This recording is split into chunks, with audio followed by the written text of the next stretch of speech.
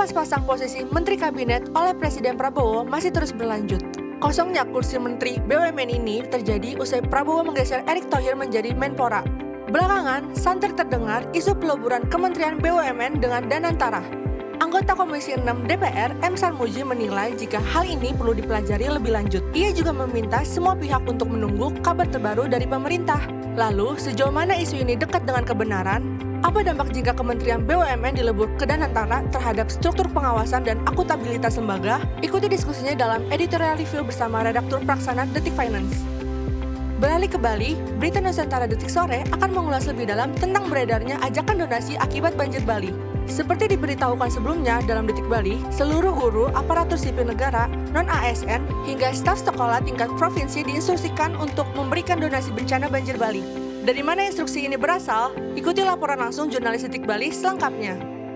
Sejumlah penyesuaian dilakukan. Salah satunya, penerima beasiswa LPDP nantinya akan diarahkan untuk masuk ke dalam industri strategis agar selaras dengan kebutuhan pembangunan dalam negeri. Mengapa kuota penerima beasiswa LPDP harus dipangkas? Sudah tepatkah sasaran penerima LPDP ini? Ikuti diskusinya dalam Sunset Talk bersama Wakil Redaktur Pelaksana Detik Edu. Simak berita-berita menarik Detikcom dalam sehari secara langsung hanya di Detik Sore. Jangan lupa follow media sosial kita agar tidak ketinggalan update berita terbaru. Sekarang, mari kita sambut host kita, Eduardo Simorangkir dan Pocut Kamaral. Detik Sore nggak cuma hore-hore.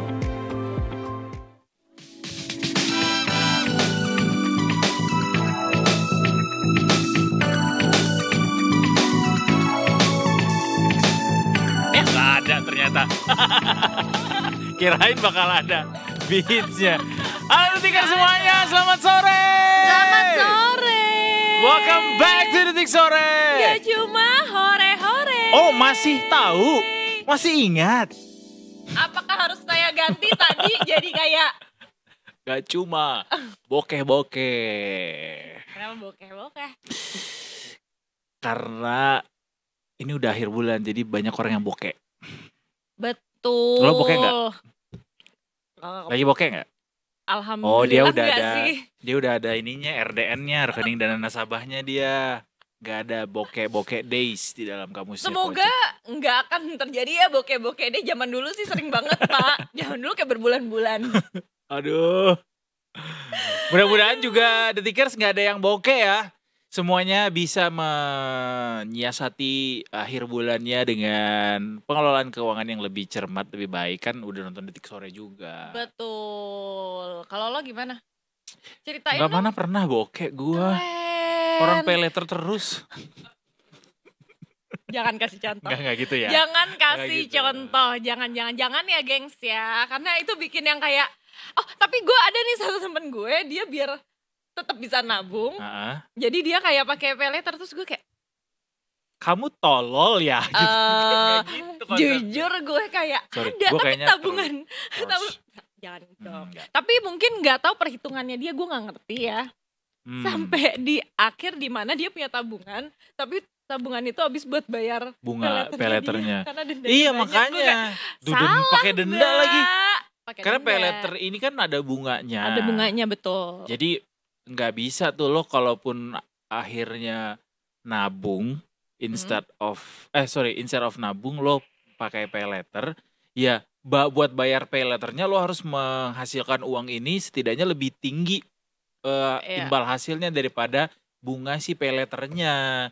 Jangan sampai kayak orang-orang, ada juga kan, bahkan ada artis yang dia nggak tahu itu tuh ternyata bayar belakangan tuh ada dendanya juga segala macem. I see, ya. Jadi tiba-tiba tagihannya bengkak aja. Kecuali dan ada ada yang dendanya bayarin, aja. Pak. Nah Kecuali iya. mungkin ada yang bayarin kan enak, tinggal pencet. Makanya. Tapi itu sangat memudahkan loh menurut gue. Payletter itu. Karena kayak kan banyak orang-orang, gue nggak rekomen ya, cuman maksudnya ada di momen-momen aduh belum masukin lagi ke satu aplikasi betul. ini. Atau Kayak belum dia top up. Belum top up jadi dia saldonya, jadi kayak males gue ya. Kayak kemana dulu kayak langsung gitu. Tapi Jujur gue juga melakukan hal itu. Tapi biasanya kayak 1 bulan aja, kayak bulan depannya gue bayar. Karena ada momen memang kayak saldo di platform tersebut tuh belum gue isi, belum gue top up. Jadi kayak males buka perbankan lagi, terus habis itu nge-top up lagi gitu kan.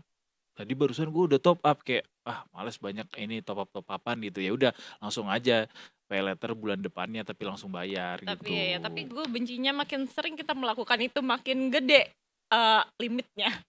Pas gue lihat Dan tergoda ya kayak kenapa segini mah gue bisa beli pesawat ulang alik. Kalau makin gede kayak gini. Masalahnya jadi kan kayak tergiur gara-gara makin ngelihat bulan angka ada itu aja ya. tiba-tiba dapat email kayak kenapa dinaikin sama dia, naikinnya tuh gak nanggung-nanggung setengahnya. Kayak wah bisa nih, bagus Iya emang. marketingnya. Ya itu kan jadi salah satu indikator berarti lo bisa bayar kan kalau mereka naikin, dan lo berarti belanjanya lumayan kenceng tuh ketika dia naikin, kan ada indikatornya tuh. Bisa. NPL lo nggak ada misalnya, jadi dia berani naikin ini. Belanja lagi Neng, kita kasih duitnya. Gas terus. Jangan. Padahal gue selalu masukin kan, ditanyain kayak misalkan ada surveinya gitu loh kadang-kadang kayak penghasilan bulanan lo, tau nggak, gue masukinnya kadang-kadang kayak bener-bener dikit banget. Oh sengaja bikin Iya kayak dikit banget, tapi kayak gila ya.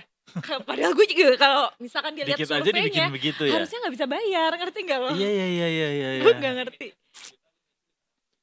Nggak nyampe enggak segitu dong. Misalkan gue kayak ngisi 2 juta gitu. Iya. Masa Tahu limitnya banyak? Dengan lo nge-spill di sini, dia yang ngurusin itu juga udah pikir kayak ternyata banyak yang begitu. Nggak apa-apa kalau gitu, kita mah ngelihat dari cara dia bayar aja, kemampuan dia bayar aja, kita naikin limitnya. Nggak peduli gajinya berapa. Iya benar juga. Gue nggak ngerti sama orang-orang yang kayak naikin gajinya masukinnya 2 kali lipat kayak biar tembus kali. Bisa cecekan itu kan. Iya, tapi kan kalau bisa enggak. Gue kan kadang kalau bisa enggak, Pak. Betul. Ya kan, kayak enggak usah, Pak. Enggak usah. Tapi kalau tergoda. Bayar dengan cara pay letter kayak gitu, mesti diperhatiin sih Detikers. Maksudnya bukan pastikan bahwa kalian bayar itu memang punya kemampuan bayarnya. Bukan hanya karena lagi nggak punya duit nih, bulan depan deh gue pakai pay letter deh. Jangan gitu. Jadi pastikan pakai pay letter itu karena memang kalian mampu bayar gitu, bukan karena lagi nggak bisa bayar. Sama dengan kayak pakai kartu kredit, Cud.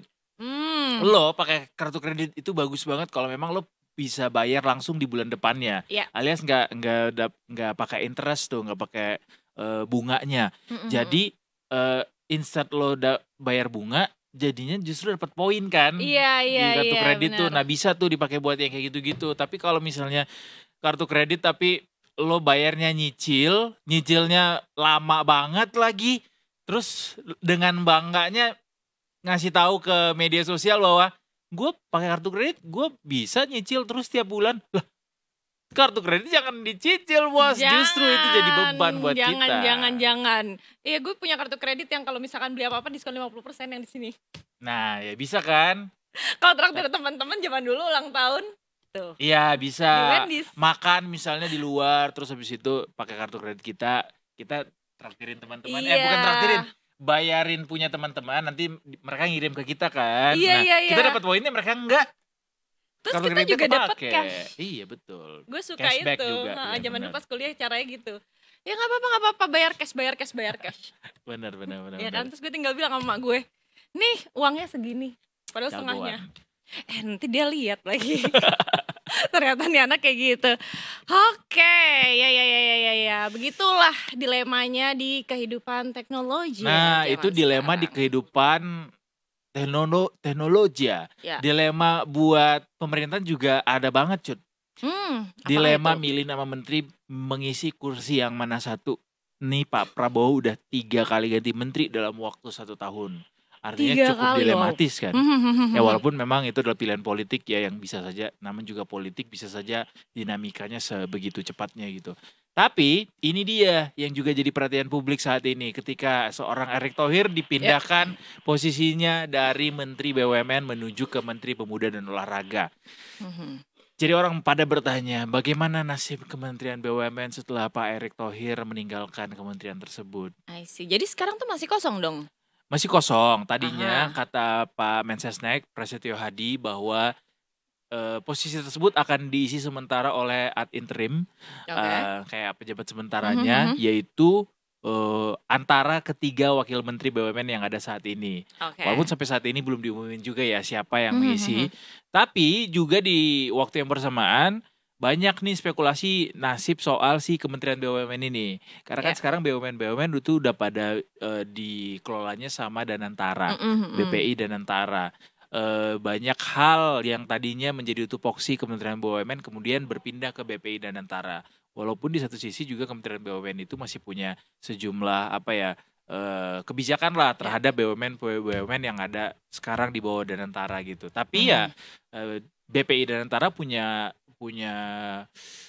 kendali yang juga cukup kuat gitu, sehingga spekulasi di masyarakat adalah Kementerian BUMN kayaknya akan dilebur barengan sama Danantara nanti jadinya. I see. Oke, tapi tuh sebenarnya mereka tuh punya fungsi yang berbeda kan? Beda. Sebenarnya kan? Ada fungsi yang berbeda, that's why ada fungsi Kementerian BUMN terhadap BUMN dan juga ada fungsi Danantara terhadap BUMN gitu. But we will see, karena mungkin atas nama efisiensi dan juga efektivitas kali ya, jadinya nggak perlu ada lagi mungkin Kementerian BUMN. Is that true? Nanti kita akan bahas soal spekulasi itu lebih dalam lagi The Tickers di editorial review. Tapi yang juga membuat nggak kalah dilemanya pasti adalah bagaimana warga Bali menghadapi situasi lingkungan sekarang ya Cut ya. Iya, lagi banjir banget. Lo lihat kan dari kemarin video-videonya tinggi banget loh. Iya. Jujur, dan menurut gue teman-teman gue yang di Bali kena semua. Oh ya? Ini iya beneran? sedih, tapi ini beneran. Tapi nggak kenapa-napa ya, cuman di depan rumahnya, kayak di grup gue Daerah tuh Denpasar ada dong gitu. berarti. Di grup teman-teman gue ada, gue nggak bisa keluar masa mobil gue kerendam. Oh iya? Ya udahlah, iya jujur Mereka ada. pengungsi nggak? Enggak, di rumah aja. Tetap di rumah? Tetap di rumah aja. Ada beberapa yang ngungsi, ada beberapa temen gue yang rumahnya akhirnya dibuka buat temen-temennya. Jadi nulis gitu loh di Instagram, kalau misalkan emang mau ngungsi, tempat gue open ya. Oh gitu. Yang kayak gitu-gitu. Jadi kayak sedih, padahal pengen banget lagi pindah Tapi ke Bali. Sebelumnya pernah nggak kayak gitu dia ngalamin? Kayaknya enggak deh. Menurut nggak tahu ya, temen gue kan kebanyakan baru pada pindah tuh pas pandemi kan, Iya. bukan yang kayak asli orang Tapi sana. setidaknya dari pandemi sampai saat ini baru ini nih lo ngelihat. Sebenarnya udah beberapa kali mereka suka ada. ngepost tapi nggak separah yang kemarin. Oke, Ada itu beberapa yang kali terparah lagi di jalan terus yang kayak banjir bla bla bla gitu. Cuman kalau yang terparah tuh kemarin gitu. Right. Itu benar sih, makanya juga banyak orang bilang bahwa apa yang terjadi di Bali dalam waktu seminggu terakhir itu memang adalah kondisi terparah sepanjang sejarah banjir yang pernah terjadi di Bali. Makanya juga ini sampai dibikin status tanggap darurat kan di Bali, walaupun pada akhirnya ini sudah berakhir. Akhirnya ya. Ya. Sudah berakhir, mungkin udah surut kali ya. Diakhiri status tanggap daruratnya pada hari ini oleh Pemprov Bali, dan keputusan ini dibuat berdasarkan hasil evaluasi bersama dan juga pemantauan kondisi di lapangan. Jadi diharapkan ini saat ini menjadi masa pemulihan dan Pemprov Bali akan berfokus pada pedagang pasar, perbaikan rumah warga yang terdampak, juga perbaikan sarana prasarana publik yang rusak biar ya ekonomi berputar lagi gitu ya. Iya. Bener-bener, tapi kemarin bener-bener sedih banget di momen kita habis ada huru-hara kemarin, tiba-tiba dilanjutin sama banjir Bali itu kayak kenapa bertubi-tubi banget ya. Semoga biasanya sukses banget kalau orang dikasih cobaan bertubi-tubi. Berarti mau sukses. Bener. Mungkin kita emang mau maju banget negara kita, makanya kayak gitu kan. Amin. Amin. Yes. Karena kan katanya rasa sakit itu justru adalah alarm buat kita tuh bisa buat jadi seseorang yang lebih baik lagi justru. Kayak misalnya lo kalau misalnya dikasih sakit, pasti kemudian lo refleksi kan bahwa berarti gue nggak boleh lagi kayak gini, gue boleh kayak gini, sehingga lo jadi lebih sehat di masa depan. Harapannya kayak gitu kan. Harapannya gitu, betul. Sama juga dengan kayak gini buat Bali, buat Indonesia juga segala macamnya. Ya mari kita doakan bersama. Amin, semoga ya. Ini gue bijak banget. Tapi ini benar-benar kayak pingin banget sih gue kayak ini terjadi yang baik-baik ke depannya. Kita kan udah ada di momen ini, yuk kita sama-sama biar baik-baik ke depannya. Ya kan, gitu. Semoga ya, doain ya, gengs. Amin, yang paling serius. Amin paling serius, betul. Apalagi yang menjadi perhatian banyak netizen hari ini, Cut? Ada apa ya? Oh ini nih, jadi rumah di Cakung kebakaran. Tapi tahu nggak kenapanya? Kenapa? Akibat pertikaian rumah tangga. Gue kira karena korsleting atau karena apa? Kerendam sama minyak tanah. Tapi ini baru dugaan ya. Jadi satu rumah kontrakan di Jalan Borobudur, Kapling Tanah Merah, Cakung, Jakarta Timur itu ludes terbakar. Jadi kebakaran ini diduga adanya unsur kesengajaan karena pertikaian keluarga. Pemadaman dilakukan dengan mengerahkan 2 unit tim pompa MP dan HP. MP dan HP. Apa, Dok? Duh, nggak tahu, merah putih dan juga hitam putih. Nah, Oke, total ada. Nanti kita cari. Siapa tahu yang di TikTok tahu kan, jadinya bisa kasih tahu kita apa gitu kan. Siapa tahu yang ada yang kerja di damkar. Betul. Ya kan, kita kan biar sama-sama tahu, biar Kalau knowledge kita kabel bertambah. tuh yang tau kan, kabel belakang TV merah putih hitam putih. Tahu. Itu MP HP tuh biasanya bilangnya. Oh iya, nah itu gue juga baru tahu tuh. Now you know. Oke, thank you. Oke, jadi total ada 10 personel yang dikerahkan. Jadi akibat kejadian ini, 1 orang pihak keluarga menjadi korban bernama Siti Nurhalisah umur 33 tahun dan korban mengalami luka bakar gitu. Jadi akibat kerugian ini, korban mengalami kerugian kurang lebih 15 juta. Nah, pelaku yang membakar rumah tersebut adalah MA, suami penghuni kontrakan Siti Nurhalisah. Oh, wih, jadi Datuk nih, bukan? bukan. Jadi suaminya. Itu Siti bukan Nurhalisah. lagunya Siti Bukan ya? Bukan ya? Lagunya apa? Cintaku bukan di atas kertas. Oh iya, benar. Oke, jadi Kapolsek Cakung Kompol Widodo Saputro menjelaskan MA diduga sengaja membakar rumah setelah terlibat pertengkaran dengan istrinya itu. Dan setelah membakar rumah, MA kabur. Semoga cepat-cepat tertangkap ya. Duh, serem banget. Serem nih kalau berantem keluarga. Bener, ngebakar. kemarin juga ada berantem keluarga, mutilasi.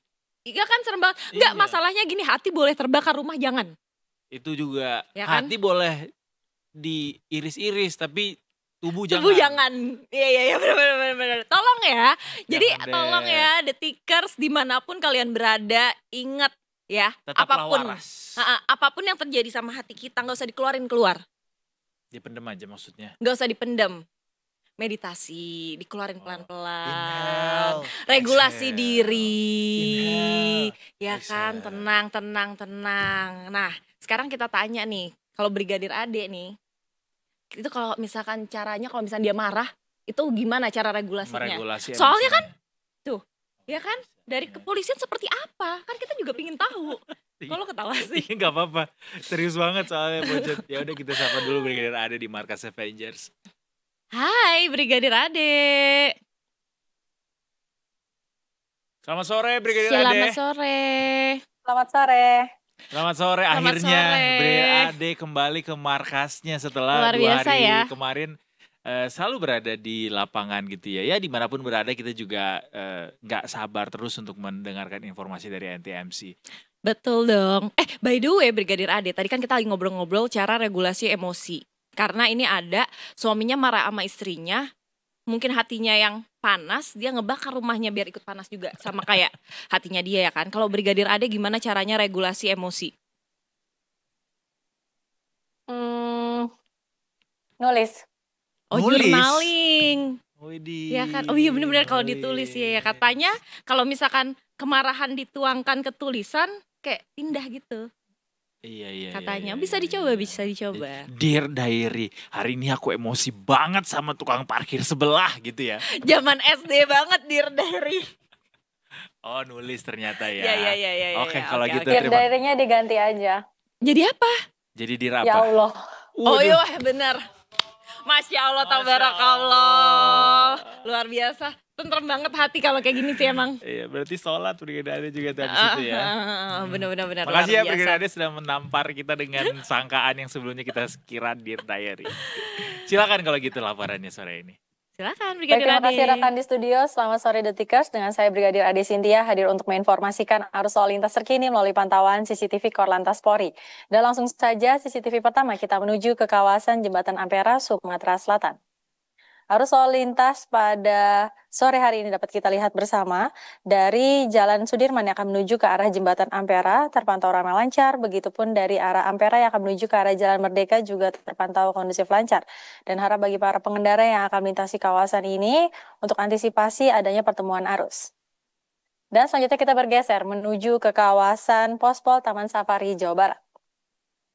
Arus lalu lintas dari arah Jakarta yang akan menuju ke arah Puncak terpantau kondusif lancar, begitupun dari arah sebaliknya terlihat kecepatan kendaraan di kawasan ini dapat melaju dengan kecepatan normal, dan harap bagi para pengendara yang akan melintasi kawasan ini untuk antisipasi banyaknya aktivitas angkutan umum yang menaik turunkan penumpang tidak pada tempatnya. Dan selanjutnya kita bergeser menuju ke kawasan Pospol Simpang Cilenyi, Bandung, Jawa Barat. Arus lalu lintas dari arah tol Cilenyi yang akan menuju ke arah Cibiru terpantau ramai lancar, dan terlihat di kawasan ini banyak aktivitas angkutan umum. Harap bagi angkutan umum untuk tidak berhenti terlalu lama di bahu jalan dikarenakan dapat mempersempit lajur kendaraan yang dapat berimbas kemacetan. Dan yang terakhir kita menuju ke kawasan Simpang Cokro, Aminoto, Denpasar, Bali. Arus lalu lintas dari arah Terminal Ubung yang akan menuju ke arah Jalan Cokro Aminoto terpantau ramai lancar. Begitupun dari arah sebaliknya, perlambatan kecepatan kendaraan terjadi hanya menjelang traffic light. Selepas traffic light, kendaraan dapat melaju dengan kecepatan normal. Dan terlihat di kawasan ini sedang diguyur hujan. Harap bagi para pengendara, khususnya kendaraan roda 2, untuk tidak menggunakan jas hujan berjenis poncho demi keselamatan Anda berkendara. Dan demikian informasi yang dapat kami sampaikan. Dan bagi Anda yang ingin mendapatkan informasi tentang kondisi arus lalu lintas terkini, Anda dapat menghubungi call center kami di 1500669 atau dapat melalui SMS center di 9119. Stop pelanggaran, stop kecelakaan, keselamatan untuk kemanusiaan, Indonesia tertib dan salam presisi. Demikian Brigadir Ade Sintia melaporkan. Selanjutnya kembali kepada rekan di studio. Terima kasih banyak Brigadir Ade. Selamat menulis. Selamat menulis itu. Kan lagi nggak emosi. Oh iya benar. Ya kan, Selamat makan bakso. Gitu. Bener. Terima kasih sekali lagi Brigadir Ade. Selamat selamat lanjutkan aktivitas. Kita mau break dulu Detikers, tapi sebelum kita break kita mau kasih tahu bahwa habis ini kita mau bahas tadi soal nasib Kementerian BUMN setelah ditinggal. Soalnya kita pengen ini ya, nawar gedung Kementerian BUMN-nya. Nawar. Mau beli tanah di sana. Lumayan boleh. Di Medan Merdeka Barat. Saya sih mau. Mau banget. Kalau mau ke Monas tinggal 2 langkah. Nanti bikin pakai lift Ya kan emang ada liftnya. Iya maksudnya lift yang 1 orang gitu loh, tau gak sih? Terus kayak futuristik gitu, bulet gitu. Iya. Jadi tinggal yang kayak pakai cuman gue dong yang bisa naik. Orang lain naik tangga. Sampai ke bulan habis itu. Wadaw. Habis ini ada 3 kita akan editorial review. Tetap bersama kami di Detik Sore. Gak cuma hore-hore.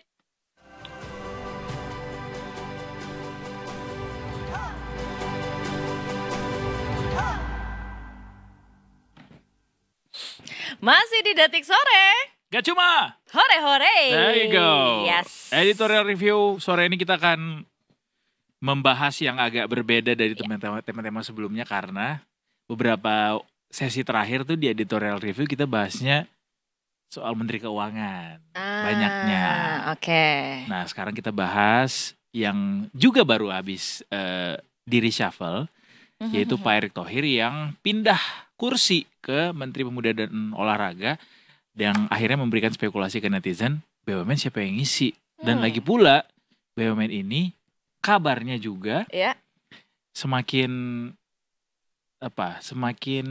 menipis perannya di BUMN gitu, karena ada Danantara. That's why akhirnya spekulasinya adalah BUMN sepertinya akan dilebur bersama Danantara. Jadi Danantaranya yang akan memimpin BUMN. That's why kita hadirkan editorial review hari ini barengan sama Detik Finance. Ada Red Pel Detik Finance. Semi Simorangkir bukan ya? Kena lagi gua. Anggalia Firdaus di sini. Terima kasih. Welcome back Mas Angga. Sudah lama tidak kesini. Tapi ngomong-ngomong kayak yang tadi ditanyain, sebenarnya kan dia punya 2 fungsi yang berbeda kan? Kementerian BUMN dan Danantara. Yes. Sebenarnya kan. Benar ya Mas? Benar nggak Mas? Benar. Kalau misalkan tiba-tiba nih kan tadi ada ini sebenarnya kasakusuk. Spekulasi. Belum ada yang firm bilang akan ada peleburan juga sih sebenarnya. Ya Oke. masih Spekulasi netizen kan ya. spekulasi juga, ya mungkin lebih ke fungsional juga ya, kayak kalau udah ada Danantara ngapain lagi ada Ngapain? kementerian gitu kan. Betul. Mulai dari omongan-omongan dari situ sih sebenarnya. Oh, Betul. I see. Nah, Gitu. kalau misalkan jikalau andai pun ini tiba-tiba terjadi peleburan ini, apa yang akan berubah kira-kira? Ya sebenarnya kan kita harus lihat dulu pembentukan Danantara ini juga sebenarnya kan rencana lama sebenarnya. Mm-mm. Nah, Rencana dari awal Kementerian BUMN dibentuk dulu, itu zamannya Tanri Abeng, itu udah ada rencana tuh bahwa nanti ini tuh kementerian sementara. Oh. Nantinya tuh memang akan dibuat sebuah super holding Mhm. yang memang apa ya, lebih taktis lah. Kalau kementerian ini kan birokrasi ya, birokrasi izin sana sini lama. Sementara yang dibutuhkan dalam sebuah perusahaan itu bisa ngebut gitu. oke. Nah, contohnya kayak kalau di Malaysia apa? Temasek. Temasek Temasek mah Singapura. Ya, Singapura Temasek. Mm-mm. Kalau di itu apa? MB bukan MB. Bukan.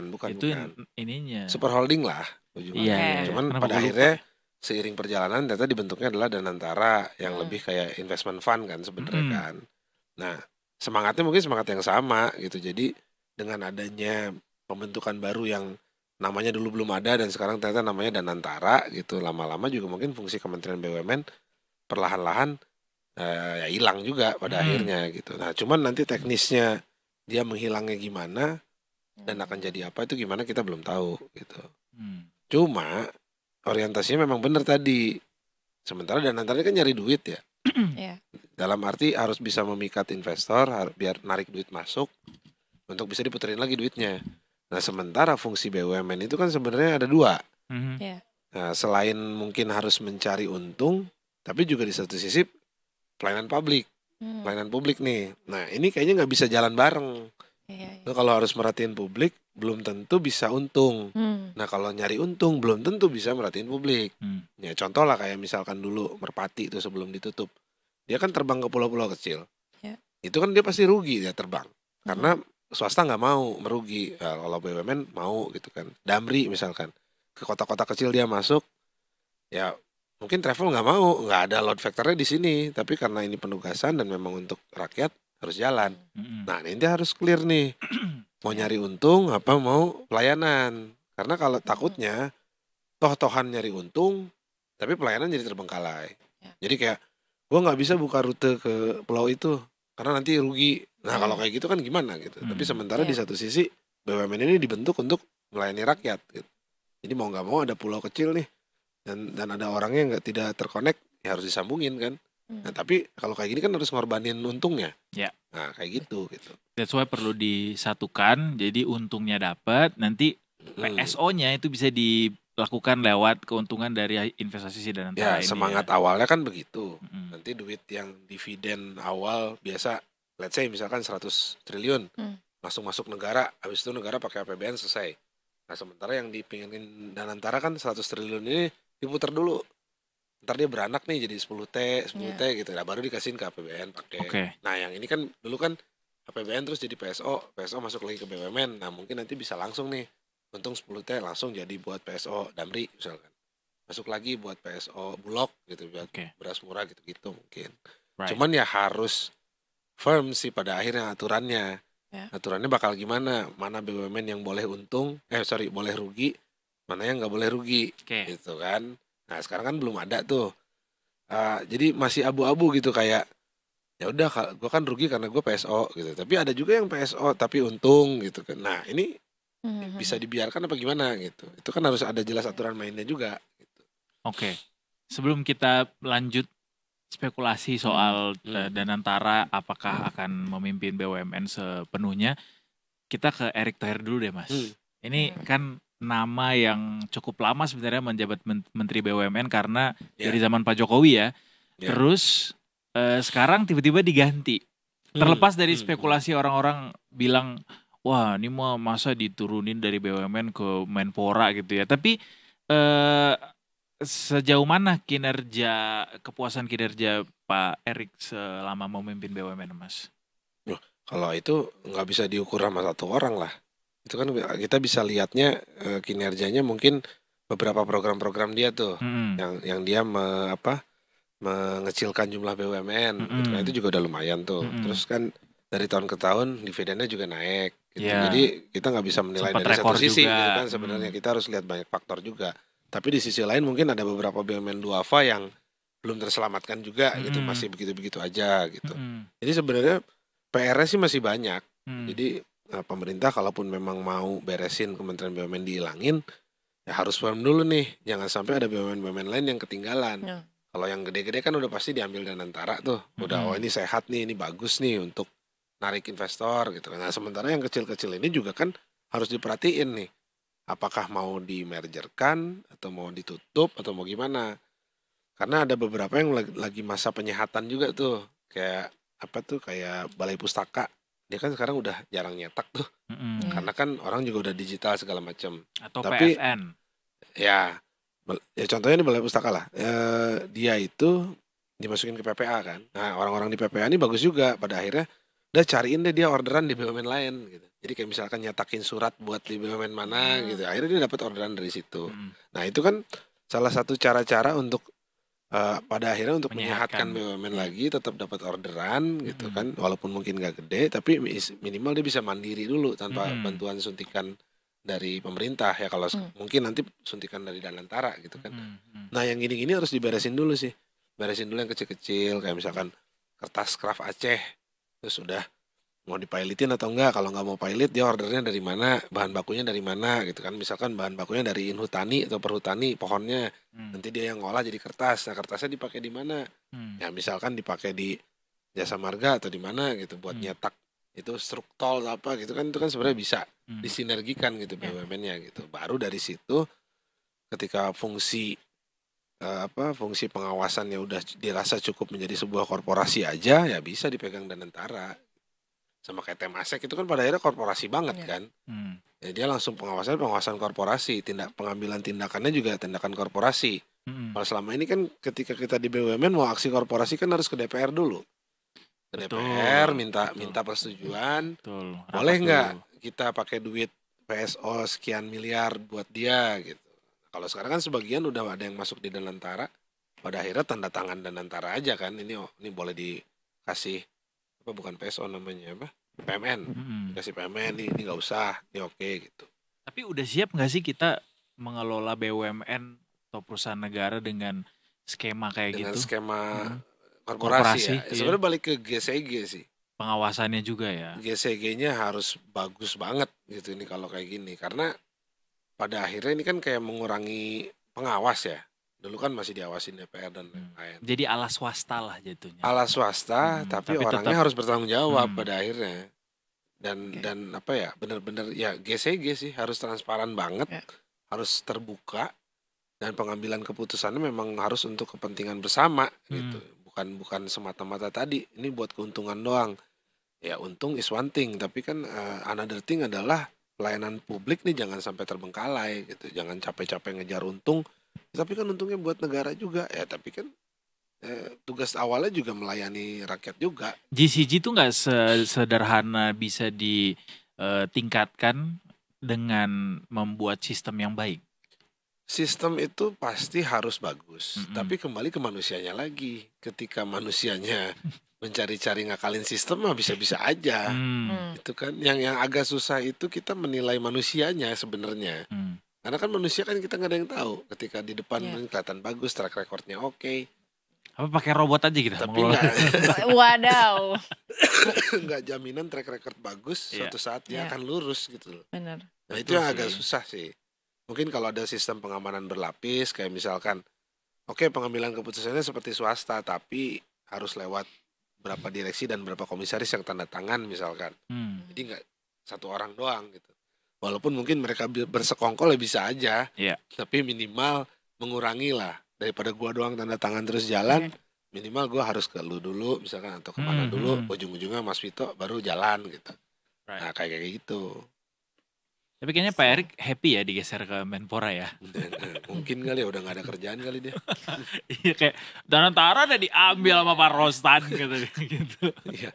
Ya sebenarnya BUMN yang seksinya udah di sana semua. Iya. Jadi yang ada di sini kan pada akhirnya lebih ke aturan teknis, PSO gitu-gitu, masih yang lebih ke pelayanan publiknya lah pada akhirnya. Nah, tinggal memindahkan fungsi itu sih kalau memang bener ya rumor ini merger atau melebur lah katakanlah, ya kita tinggal mastiin si fungsi dia melayani publik ini nggak hilang. Tapi melebur tuh nggak cuma isapan jempol kan Mas, itu possible kan dilakukan? Ya rencananya memang udah rencana lama. Dari awal kementerian berdiri udah ada rencana itu. Jadi rencananya memang nanti ada sebuah super body yang mungkin sekarang itu namanya Danantara. Nah itu yang akan mengatur semuanya nanti. Gitu. Ya goalsnya mungkin seperti Temasek pada akhirnya. Cuma dipimpin oleh CEO, ada Dewan Pengawas, dan mereka langsung report ke Presiden. Bilang bahwa ya kita laporannya gini. Ya istilahnya kayak Presiden nih yang punya perusahaan. Nah ini mereka nih yang jalanin, CEO nih yang jalanin. Yang digaji buat jalanin perusahaan gue ya. Karena kan Presiden kepala negara. Nah BUMN ini milik negara. Pada akhirnya gitu, sesederhana itu sih sebenarnya. Gitu. Kedengarannya kayak sederhana ya. We can make it simple. Karena kalau nggak dibikin sederhana nanti Detikers juga nanti pusing. Nanti pusing ya. Tapi berarti kalaupun ini terjadi, apakah akan kira-kira nih, ini kira-kira ya, kalau melihat dari kondisi Kementerian BUMN sekarang nih, apakah akan berjalan lebih baik daripada sekarang yang ini belum terjadi? Ya, hopefully kan bisa lebih baik.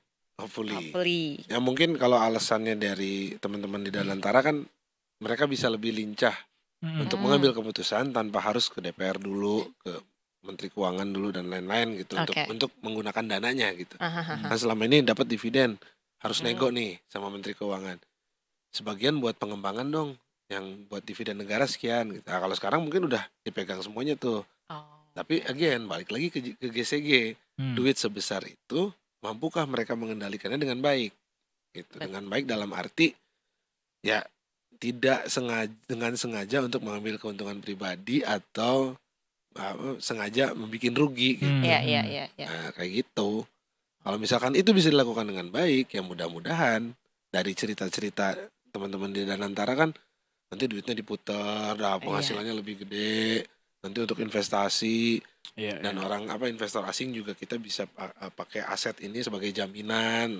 Ya, mudah-mudahan sih. Mudah-mudahan ya. Tapi selain itu ada challenge lainnya nggak? Nah, challenge lainnya pasti GCG itu.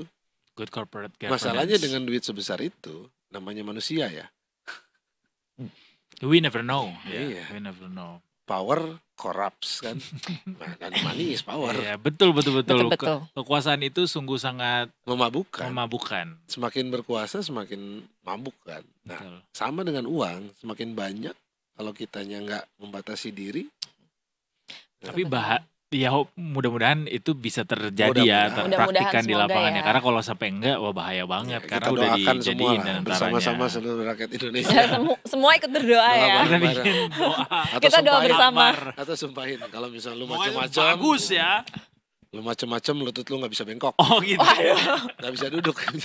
Nggak bisa stengkilek dong. Agak serem ya. Duduknya lurus gitu. Semoga. Tapi menarik banget ketika konsep Danantara ini benar-benar akan jadi super body itu yang menguasai BUMN gitu. Artinya dia akan menjadi korporasi yang memang punya peranan pegangan penuh gitu terhadap perusahaan-perusahaan ini. Bisa dibilang nggak Mas? Jadinya politiknya akan jadi lebih sedikit gitu. Dia menjadi alat politik. Karena kan selama ini kita ya harus bicara jujur gitu. BUMN itu kerap kali jadi alat politik buat sebagian orang gitu. Tapi pertanyaan gue adalah emang sekarang bukan alat politik? Nah gak tahu deh. Ya kan when it comes to be a corporation harusnya gak jadi alat politik. Harusnya. Yang tapi yang gue lihat sekarang gimana? Bagaimana pemirsa? Bagaimana? Biar Detikers saja yang menjawab ya di komen, siapa tahu ada. Susah wartawan nanya wartawan saling memancing. Kita mah udah mancing dia mancing balik. Kan kita gak bisa ngambil keputusan. Tapi yang dilihat sekarang aja gimana coba? Nah, itu aja sih. Ya mungkin way to go. Enggak maksudnya mungkin enggak tuh bakal begitu. Ketika dia udah jadi sebuah entitas yang dia punya punya akses atau punya power. Itu bukan agak susah untuk tidak dikaitkan dengan politik pasti. Iya sih. Pasti. Apapun itu entitasnya. Tapi enggak jadi dia akan tetap bisa jadi alat politik. Of course akan jadi Pasti. alat politik karena Iya, dia punya iya. negara juga. Betul. Tapi less jadinya. Mungkin less apa ya, political turbulence-nya lah. Iya, less political Jadi turbulence. nggak ada gonjang-ganjing politiknya, mungkin nggak terlalu gede.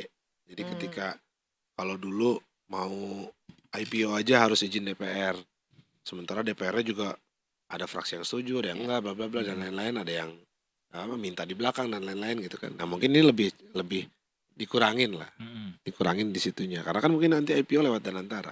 Menurut Danantara ini oke, jalan gitu. Ya, Makanya penting banget si pengawas dan juga ya. Jadi ketua umum. singgungan politiknya memang mungkin Iya. lebih kecil, tapi apakah dia akan murni korporasi yang lepas dari alat politik? Ya, menurut Ngana, We will see. Menurut Ngana. We never know ya. We'll see. Menurut Ngana ya bener lagi. Menurut Ngana. Aduh. Harapan mah bagus-bagus semua ya. Tapi harapan ya, harus Iya dong. dong. Doa yang didengarkan itu doa yang baik. bahkan Temasek pun sebenarnya juga jadi alat politik. Jadilah, Singapura pasti. untuk ke negara-negara Ketika lain dia juga. kampanye kan dia paparin datanya. Selama kepemimpinan saya, bla bla bla. Susah kalau sebuah entitas besar itu nggak bisa lepas dari. Oke, kita main bayang-bayangan lagi. Kalau misalnya Danantara benar-benar Kementerian BUMN dilebur ke Danantara, kantor Kementerian BUMN jadi apa? Gede juga tuh. Jadi apa? Kan dulunya Gedung Garuda dibalikin kali. Itu kantornya Garuda ya kan dulu ya. Gedung Garuda dibeli pas tahun berapa ya? Pas gue di lapangan lah. Garudanya Dulunya gimana masih mau nama beli? Gedung Garuda dulunya. Iya. Nah, Garudanya udah gak punya duit. Iya. Sekarang. Dari rusun kali ya. Tapi dulu Masa di situ? dulu pun disewain beberapa lantai. Itu di KPK tuh ada pakai di Oh. situ. KPK terus apa? Pokoknya disewain lah. BNI ada di situ juga. BNI Iya. betul. Karena kan itu 21 ya, 21 lantai. Mm, Itu nggak semua dipakai juga sama kementerian sebenarnya. Atau mungkin Danantara pindah ke situ Bisa yang jadi. Danantara sekarang balik lagi ke Mandiri. Bisa jadi. Bisa jadi. Iya, iya. Apapun bisa terjadi ya. Penasaran jadinya. Pengen fast Iya, forward iya. ke sana. Heeh. Tapi ya masih, kalaupun pada akhirnya dilebur sepertinya masih panjang Mas Angga. Karena Pak Prasetyo Hadi juga Mensesnek bilang bahwa masih banyak tugas-tugas Kementerian BUMN Ya. sendiri yang harus diselesaikan, pun Danantara juga baru saja terbentuk gitu ya, jadi nggak bisa cepat-cepat. Kira-kira dari nama, kan katanya yang bakal jadi ad interim Menteri BUMN-nya dari 3 nama wakil menteri kan. Iya. Gimana peluangnya tuh? Semuanya bagus sih. Semuanya bagus. Bagus. Gue netral aja jawabannya. Semuanya Karena bagus. tiga-tiganya Karena temennya dia. iya. Ntar gak enak. Ditonton sama puluhan ribu pasang mata saat ini. Tapi benar kata Mas Angga, tiga-tiganya sama aja juga sih siapa Sama. yang akhirnya memimpin ya. Tapi Sama bagusnya lah. tapi Sama harus cepat bagusnya. Apanya? ada ad interimnya Kayaknya nggak atau langsung jadi terlalu menteri ini nanti. deh. Nggak perlu cepet-cepet juga. Mereka ini udah menjalankan fungsinya dengan baik sebetulnya selama ini. Mm-mm. Ada yang ngurusin aspek legalnya, ada yang ngurusin aspek undang-undang dan lain-lain gitu. Nah mereka masih berjalan sampai sekarang. Hmm. Karena sebenarnya menteri itu lebih level kebijakan kan. Mm-mm. Gue pengen gini, tolong dicek, tolong ditelaah, aturannya boleh enggak atau apa. Kalau oke jalan gitu. Menteri kan lebih ke situnya. Berarti kalau naik satu nanti ada satu tambahan wakil menteri baru lagi dong ya? Nah nggak tahu juga sih. Tergantung presiden Tergantung presidennya. Hmm, Wakil I menteri udah see. banyak banget. Ya ya. sih. Iya, 3 juga Tapi udah biar- kebanyakan nih. Tapi ngomong penasaran kalau misalnya Mas Angga tuh ngelihatnya performa Bapak Erik nih di Kementerian BUMN tuh kemarin kayak gimana sih? Apakah sebenarnya oke? Apakah ada yang perlu diperbaiki? Ada remedialnya atau tidak? Baik sebenarnya banget. Masih tumbuh sih. Kalau lihat dari Sebenarnya. numbers ya. Kalau kita lihat dari numbers, kita nggak pakai perasaan lah. Kita lihat Oke. pakai angka misalnya gitu. Itu By masih data. tumbuh sih. Mm-mm. Jumlah yang IPO juga nambah. Cuma yang berkurang jumlah BUMN karena kan memang sengaja kan untuk efisien kan, dikurang-kurangin, Ya. dipadetin jadi subholding, dimasukin jadi anak usaha. Setoran dividen naik, pajak juga naik, setoran pajak naik. Oke. Lumayan sih. Sebenarnya oke ya sebenarnya. Nah, sosok yang cocok untuk menggantikannya nggak usah nama. Nah, Dari sebenarnya- sosoknya seperti apa? Sebenarnya kenapa mungkin wacana peleburan ini keluar juga? Karena BUMN itu sebenarnya nggak butuh menteri juga. Ah. Dan mereka tuh udah bagus-bagus gitu, udah jalan sendiri. Deputi gitu sebenarnya. atau wakil menterinya juga udah bisa menjalankan Iya. fungsi itu ya. Mereka tuh lebih Oke. apa ya? Menteri itu tadi lebih ke kebijakan. Mhm. Oke, gue pengen jumlah BUMN-nya berkurang. Nah dikajilah sama bawahan-bawahannya tuh Betul. gimana caranya biar berkurang. Oke, gue pengen target dividennya naik sekian persen. Memungkinkan nggak dengan ekonomi yang sekian persen dan inflasi sekian? Memungkinkan Pak. Oke, kalau memungkinkan di background. Berarti bank nyumbang berapa, tambang nyumbang berapa, kan tinggal gitu aja kan. Oh kalau target-target gitu ya udah presiden aja langsung perintahnya. Ya kan presiden juga udah punya menterinya. Enggak maksudnya katakanlah untuk BUMN nih dia ke arahnya kemana ya tergantung presiden mintanya apa ya udah tinggal di kan ini. menteri itu kan pembantu presiden juga. Betul. Dia yang menginterpretasikan keinginan presiden. Presiden mau apa, dia yang menelurkan jadi kebijakan.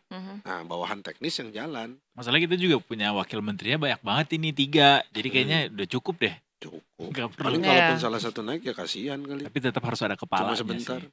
Kan katanya Iya menteri nggak sih? ber- Oh iya benar cuma sebentar. Kalaupun Tapi akhirnya nggak apa-apa nggak bisa sih? masuk Mas kira-kira berapa waktu yang Apa tuh? harus ditunggu? Masuk Berapa apa? lama maksudnya itu bisa possible akan akhirnya dilebur gitu? Wah nggak tahu juga sih. Gosip-gosipnya Kalau gosip-gosipnya sih paling lama kan 2 tahun. oh gitu 2 tahun. Gosip lalu gosip. Gosip. Iya nggak apa-apa berangkat dari gosip dulu Tapi aja ya, kita. gosip ini akhirnya mau dikuatkan dengan menterinya digeser kan. Iya. Nah, makanya orang muncul gitu. Cuman ya kita lihat lah nanti gimana. Oke. Masa enggak lagi nunggu teleponan juga. Oke. Tapi kalau misalkan peran Kementerian BUMN sendiri nih, sejauh apa nih diperlukan di situasi yang nih sekarang nih lagi terjadi. Terus habis itu, fungsi-fungsi apa yang kalau merger nih, ini tuh nggak boleh dihilangkan sama sekali. Ya sekarang kan yang pasti masih dibutuhkan ya itu tadi pelayanan publiknya sebenarnya. Oke. Di luar sumbangan duit ke negara ya, yang dirasakan langsung oleh rakyat kan pelayanan ya kan. Betul. Pelayanannya banget gitu kayak misalkan ya tadi Damri, terus buat konektivitas ke daerah kecil, Bulog buat Sinyal di daerah beras 3T, murahnya, benar. sinyal, internet. yang gitu-gitu yang dibutuhkan. Jadi walaupun orang bicara, oh sumbangan dividennya besar ke negara dan akan dipakai untuk lain-lain, tapi yang dirasakan oleh publik langsung kan sebenarnya itu kan. Iya. Walaupun ya duit pun ada akhirnya nanti duitnya masuk ke negara bangun jalan bagus, kerasa juga gitu.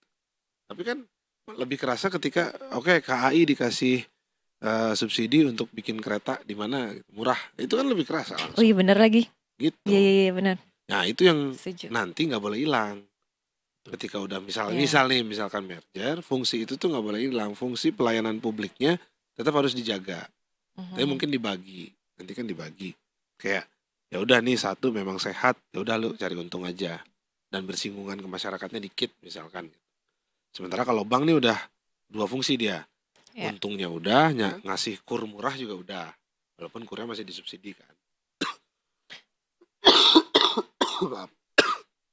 Gitu. Jadi fungsi itu tuh nggak boleh hilang sih sebenarnya. Pun kalau dia dilebur ke Danantara pun mestinya fungsi itu akan tetap ada dari Harusnya ya. Ya, tinggal Danantara. teknisnya nanti. Iya. Karena kan yang namanya sebuah investment fund, kalau misalkan ada yang rugi kan jadi bad report juga buat mereka. Kenapa Iya ini ada sih. yang merah gitu, sementara yang lain hijau.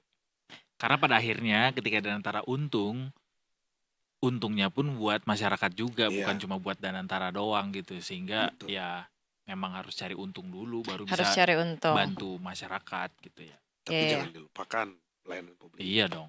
Iya. Kan takutnya nanti kalau Danantara kan cari untung ya. Nanti kita pesawat plat merah harganya naik lagi. Justru sebaliknya harapannya harga Harapannya makin turun. Harapannya. Harapannya. Tapi entah berapa lama lah. Ya secepatnya. Semoga. As soon as possible. Kita bisa menikmati Jakarta Papua naik Garuda cuma 3 juta. Nah, Iya, Raja Ampat. pingin banget lagi keliling Indonesia yuk orang Iya Indonesia. Masa Ha-ha, Jakarta keluar mulu. Tokyo 5 juta dapat PP, tapi kalau ke Papua nggak bisa. Iya, Makanya itu harusnya dong. Bisa dong. Kita sebagai rakyat Indonesia harus kayak muter-muter Indonesia dulu baru keluar harusnya. Bukan keluar dulu baru muter Indonesia. Sepakat. Ya Siap- kan? Siap Ibu Menteri. Nah, saya nih calon nih nanti. Ngurus pesawat doang boleh nggak? kok, mirip. Ngidupin lagi merpati. Wah, hidupin lagi tuh.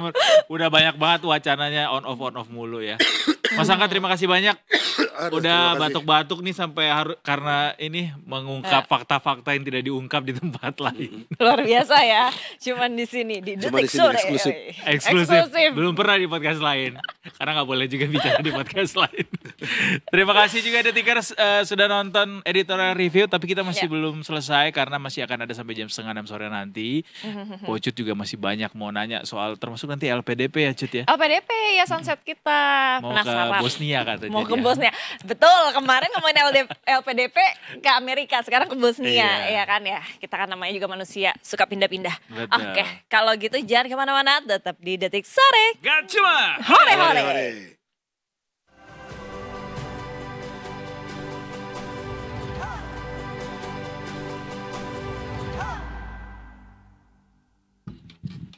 Ya nggak ada Tikers. Ini tuh Yes. salah sebenarnya. Lagi ngomong, Nggak kayak ada. gini. Ada tapi dia nggak. Nah. Gini loh, Dok. Oh gitu. Gini loh, Dok, caranya. Gue gak ngerti deh, kenapa. Oh gini. Hah? Oh iya, sorry ya. Dok. Maaf ya Detikers ya. Nanti di take out aja ya VOD-nya ya. Tapi ini adalah gambaran kalau kita panik bertanya-tanya, otak kita nggak function. Wah bener. Tumben lo bijak. Gue hari ini emang lagi bijak kayaknya. Tumben banget dia bijak. Begitu. Jadi kalau mau mencari solusi, Mm-mm. tenang. Kadang-kadang orang lain yang bisa cariin solusi buat kita. Betul. Karena lebih jernih gitu ya Bener. kan? Jangan sampai mengambil keputusan itu dalam keadaan emosi. Betul. Atau gegabah. Gegabah. Lagi mahal tuh.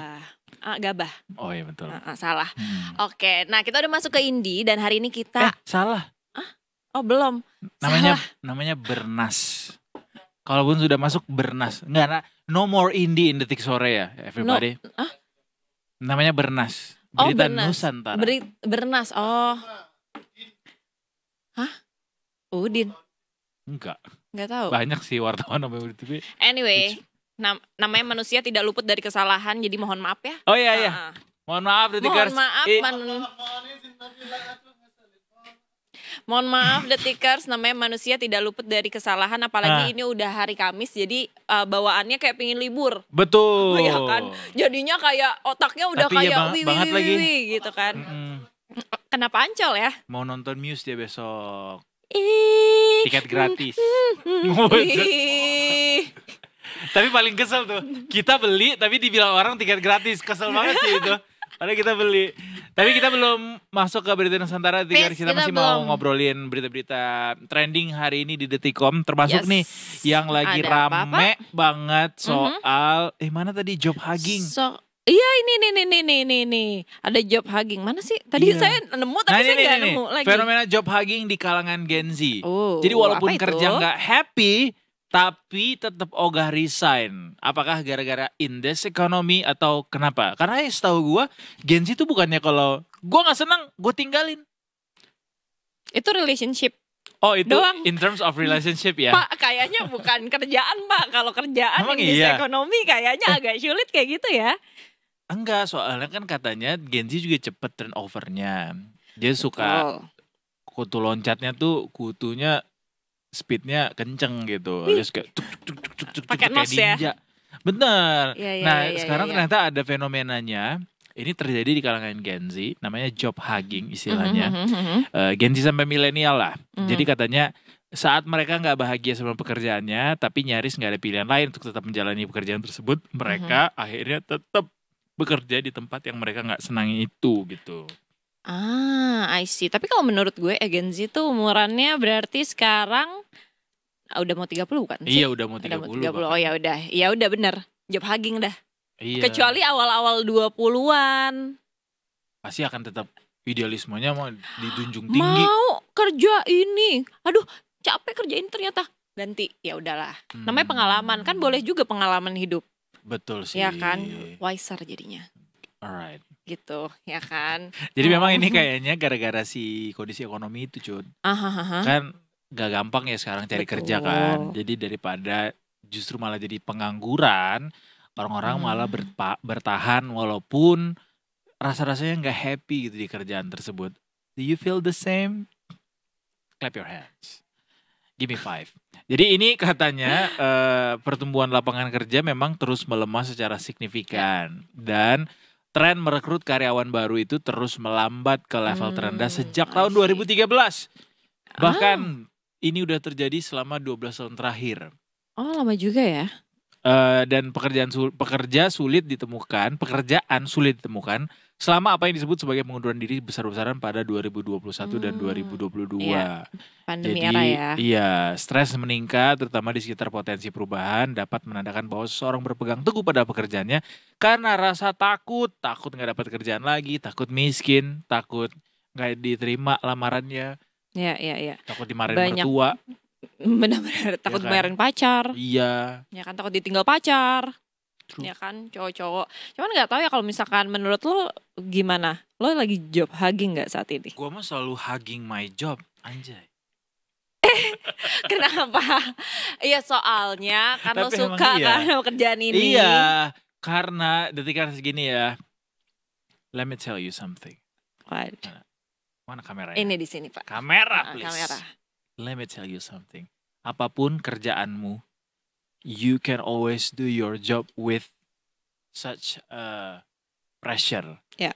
Dengan apa? Apakah itu gara-gara tekanan dari rekan kerja atau tekanan dari kerjaannya sendiri atau dari atasan? Selalu ada yang nggak disenangi pada akhirnya gitu loh dalam sebuah pekerjaan, alias itu semua bisa ditemui di mana saja, bisa Betul, ditemui di mana saja.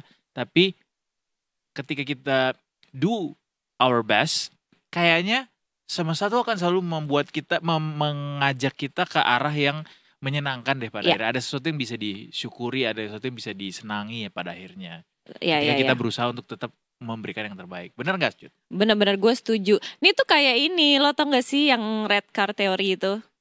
Apa tuh? Lo tau gak? Jadi saat kita disuruh fokus, Dok, lo cari hari ini lo udah lihat mobil merah berapa? Gue tanya nih. Oke. Lo bisa jawab gak? Enggak. Gak bisa kan? Enggak. Kalau misalkan gue kasih lo 1 juta setiap satu mobil merah, lo jadi ngeliatin gak mobil merah jadi itu? ngeliatin selahnya. Nah, itu tuh kayak kita cinta sama pekerjaan kita. Kalau kita moodnya udah gak enak, kita fokusnya emang yang gak enak doang.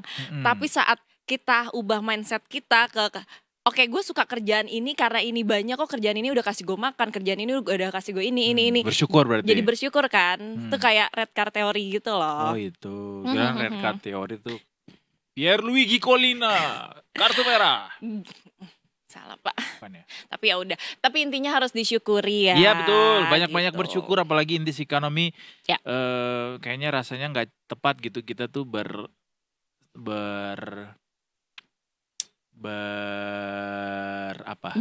sama yang gak enak-enaknya berfokus aja. sama yang gak enak-enaknya aja, dan juga banyak ngeluhnya juga. Iya. Karena banyak orang-orang di luar sana yang nggak seperti kita, justru mengidam-idamkan posisi yang saat ini kita dapatkan gitu. Iya, kalau bisa tukeran sehari deh sama perempuan ini. Misalkan kata dia gitu begitu kan. Ya. Saking pengennya. Jadi ya ini emang susah, klise banget, tapi coba disyukuri deh. Apapun yang kita punya sekarang, entah itu pekerjaan, relationship, keuangan, kayak bersyukur aja gitu ya kan. Wih, ada 10.000. Ya alhamdulillah bisa buat makan warteg. Betul. Ya kan? Tuh, indeks ekonomi loh. Ya. Oke, nah sekarang kita langsung tanya nih Brigadir Ade. Bersyukur untuk apa hari ini? Waduh, coba ya. Coba.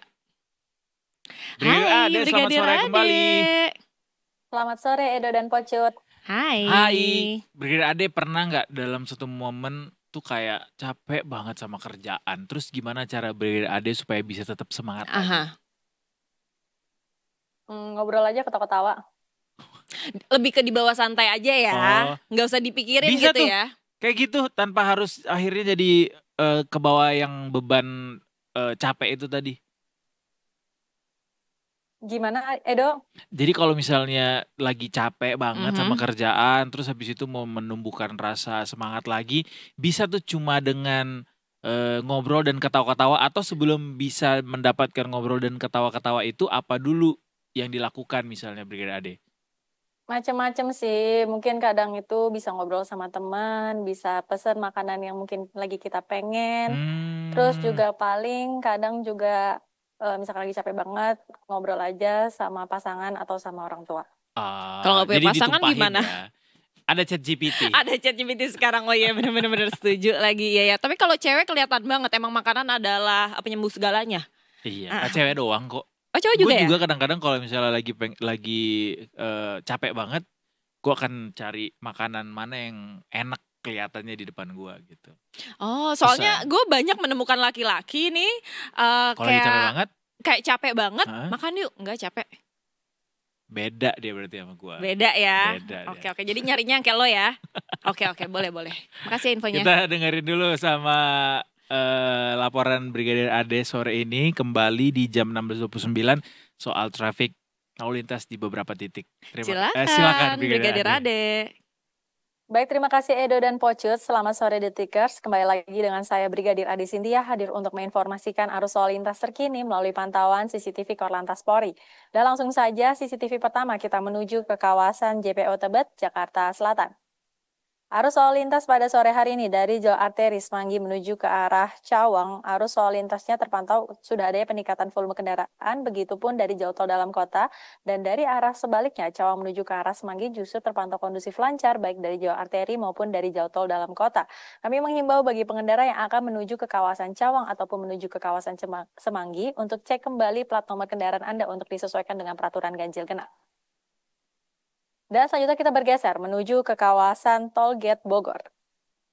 Arus lalu lintas dari arah Bogor yang akan menuju ke arah Jakarta terpantau ramai lancar, begitupun dari arah sebaliknya. Terlihat kecepatan kendaraan pun dapat melaju dengan kecepatan normal, namun tetap kami menghimbau bagi pengendara untuk tetap menjaga batas kecepatan maksimal kendaraan Anda.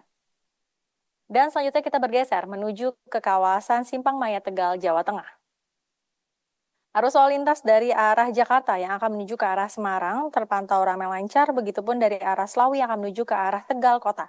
Juga terpantau kondusif lancar, perlambatan kecepatan kendaraan terjadi hanya menjelang traffic light, selepas traffic light kendaraan dapat melaju dengan kecepatan normal. Dan kami pun menghimbau bagi pengendara roda 2 untuk tetap menggunakan helm baik jarak dekat ataupun jauh mengingat kecelakaan tidak mengenal jarak. Dan yang terakhir kita menuju ke kawasan Simpang Ketungan Kaliurang, Yogyakarta. Arus lalu lintas dari arah kota Jogja atau UGM yang akan menuju ke arah Kaliurang atau Pakem terpantau sudah ada peningkatan volume kendaraan, antrian kendaraan di traffic light sendiri sudah terjadi, namun selepas traffic light kendaraan pun dapat melaju dengan kecepatan normal. Dan kami pun menghimbau bagi pengendara untuk antisipasi banyaknya kendaraan yang keluar masuk di sekitaran area pertokoan ketika hendak melintasi kawasan ini. Dan demikian informasi yang dapat kami sampaikan, dan bagi Anda yang ingin mendapatkan informasi tentang kondisi arus lalu lintas terkini, Anda dapat menghubungi call center kami di 1500669 atau dapat melalui SMS Center di 9119. Stop pelanggaran, stop kecelakaan, keselamatan untuk kemanusiaan, Indonesia tertib dan salam presisi. Demikian Brigadir Ade Sintia melaporkan, selanjutnya kembali kepada Edo dan Pocut di studio. Terima kasih Brigadir Ade sekali lagi untuk laporannya. Selamat melanjutkan aktivitas. Selamat Terima sore. kasih, selamat bertugas semua. Kita mau kemana lagi nih? Kita mau kemana? Kita mau break dulu, baru bernas. Ya, kita break dulu. Oke, kita break. Kita break dulu. Nanya sendiri, jawab sendiri, ya kan? Boleh. Silakan terserah Bapak Gemini aja. Ya udah kita break dulu Detikers. Habis ini kita mau ke Berita Nusantara. Sebelum akhirnya nanti kita akan ke Sunset Talk. Ngobrol-ngobrol sama Mbak Hani. Tapi karena Detik Sore, nggak mungkin namanya Detik Sore kalau nggak membuat perubahan Betul. persekian detik. Itu emang hobi kita dar-der-dor. Jadi kita hari ini akan ngebahas tentang Pemprov Bali yang minta donasi banjir ke pegawai gitu. Tapi besarannya emang disesuaikan sama golongannya gitu. Kita mau ngobrol sama siapa? Nah, apakah kita udah terhubung nih? Kita akan ngobrol hari ini sama Mas Bli. Bukan Mas dong. Oh iya boleh. Bli Dia juga Rizky nggak apa-apa. Setio Samudro dari Detik Bali. Let's go. Hai Bli. Halo Kak Edo, Kak Pujut. Selamat sore. Hai, Selamat sore Rizky. Ini kita dapat kabar bahwa di Bali Pemprovnya tuh sampai menggalang donasi ya ke pegawai-pegawainya untuk bisa mengatasi banjir. Itu maksudnya gimana Rizky? Boleh diceritain ke kita? Oke. Jadi Gubernur Bali Wayan Koster hari ini menginstruksikan kepada seluruh pegawai ASN maupun non ASN di tingkat pemerintah Provinsi Bali untuk menggalang dana, menyumbang dana donasi kepada seluruh korban yang terdampak banjir waktu di Bali beberapa waktu lalu. Jadi seluruh pegawai dari sektor manapun yang dari pendidikan maupun dari kesehatan itu diminta untuk menyumbang dana donasi. Namun yang menjadi ramai perbincangan dari publik adalah ketika donasi itu disesuaikan atau dipatok berdasarkan jabatan atau golongan dari pegawai tersebut. Jadi bukan sukarela. Ditetapkan Bukan. ya berapanya. Berarti nggak donasi dong, Itu namanya. bukan donasi, itu Perintah. iuran. Iuran. Iya nggak sih? Itu berarti aturan ini keluar dari gubernur berarti? Ya, aturan ini dari gubernur, tapi tidak ada surat keputusan atau edaran yang diberikan kepada gubernur untuk seluruh pegawainya.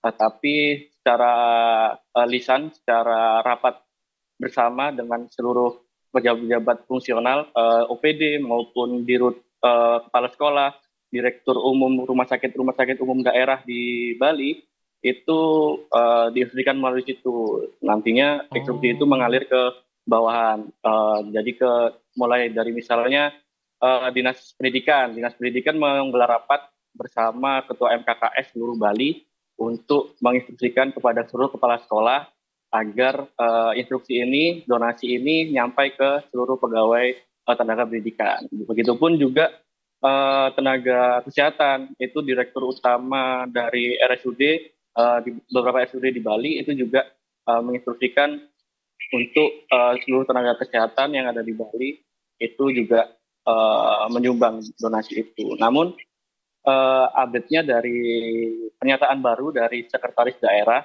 Bali, Dewa Made Indra, itu membantah juga karena kalau itu diwajibkan. Golongan nominal-nominal yang ditentukan itu hanya sebagai acuan. Jadi acuannya itu boleh lebih dari acuan itu, boleh rendah dari itu, atau bahkan tidak menyumbang sama sekali pun tidak masalah. Jadi itu hanya acuan kalau dari keterangan Sekda Bali.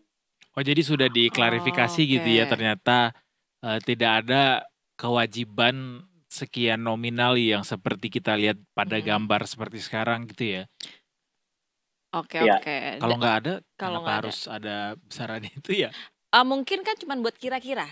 Oh, Kira-kira aja. Oke. Karena kan takutnya siapa tahu yang mau nyumbang yang terdampak, dia nyumbang buat dirinya sendiri masa. Oh iya benar. Jadi juga kayak sih. sukarela ya, jadinya Benar dibikin juga seperti sih. itu. Ya. Berarti ini berlaku untuk semua pegawai di lingkup pemerintahan ya, Rizky ya? Ya, di tingkat provinsi. Provinsi. Di tingkat provinsi, Ya, pemerintahan di tingkat pemerintah provinsi.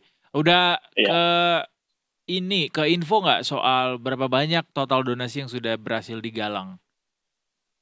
Oke, dari keterangan dari Sekda Bali, Dewa Made Indra, itu mengatakan kalau misalnya per hari ini dana yang terkumpulkan dari pegawai ASN maupun non ASN itu sudah terkumpul sekitar 2,5 miliar.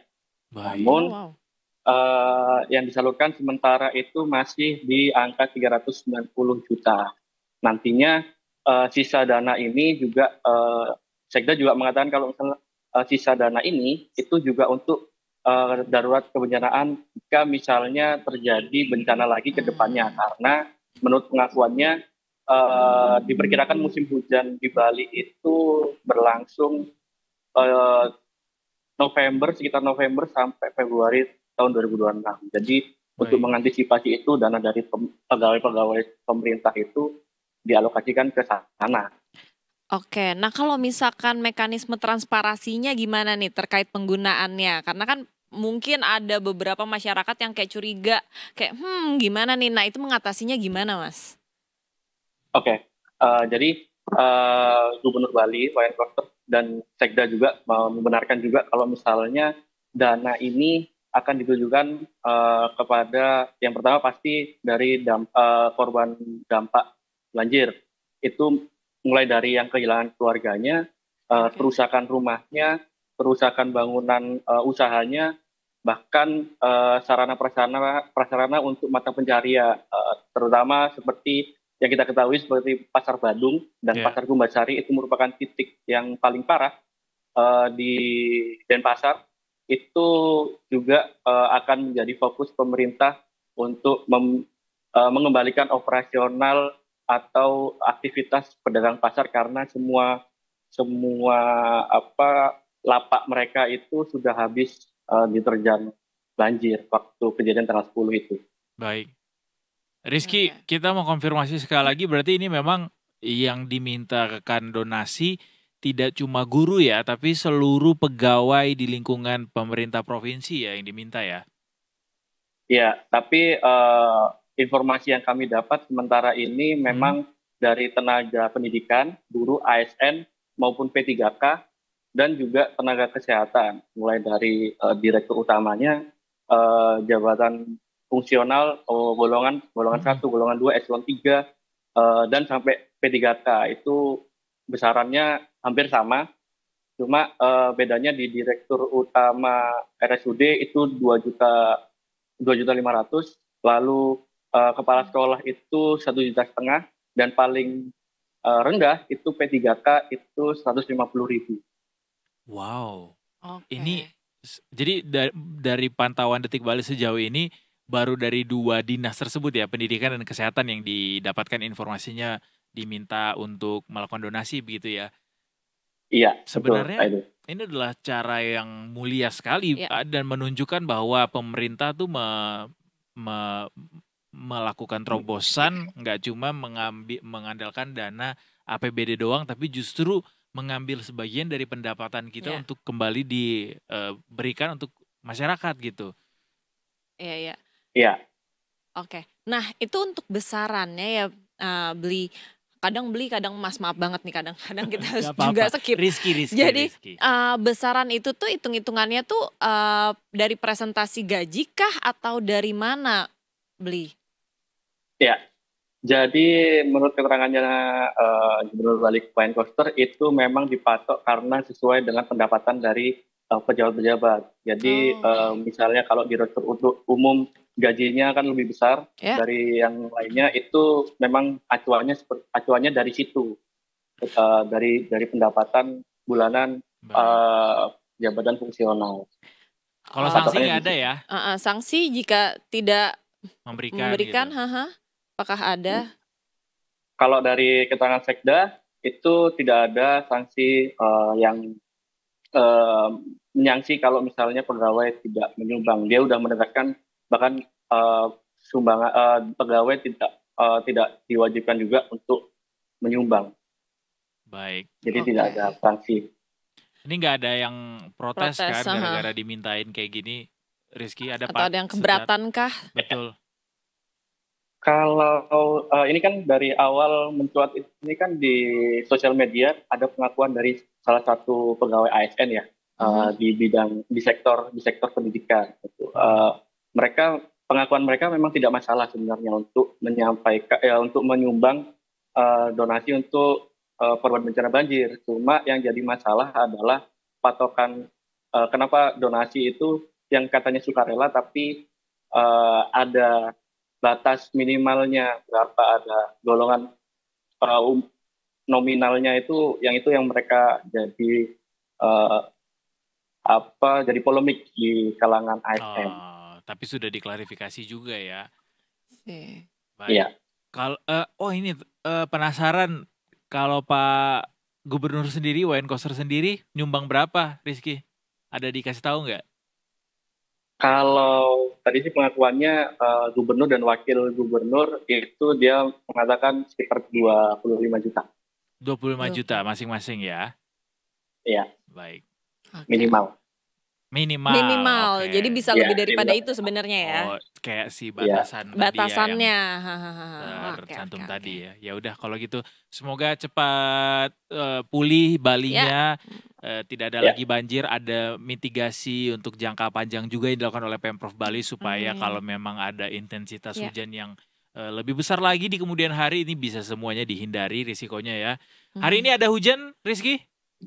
Hari ini seharian hujan, mendung, Seharian bisa hujan. dilihat di belakang mendung. Ini lagi gerimis juga.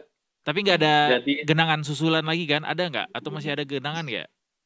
kalau dari pantauan kami di lapangan di beberapa titik yang parah seperti Pasar Badung maupun Pasar Kumbasari itu nggak ada. Udah sungai udah lancar karena sampah-sampah juga udah mulai diangkut. Cuma beberapa titik di Gianyar dan di Denpasar Utara, Jalan Gunung Salak itu terpantau juga ada genangan air. Oke.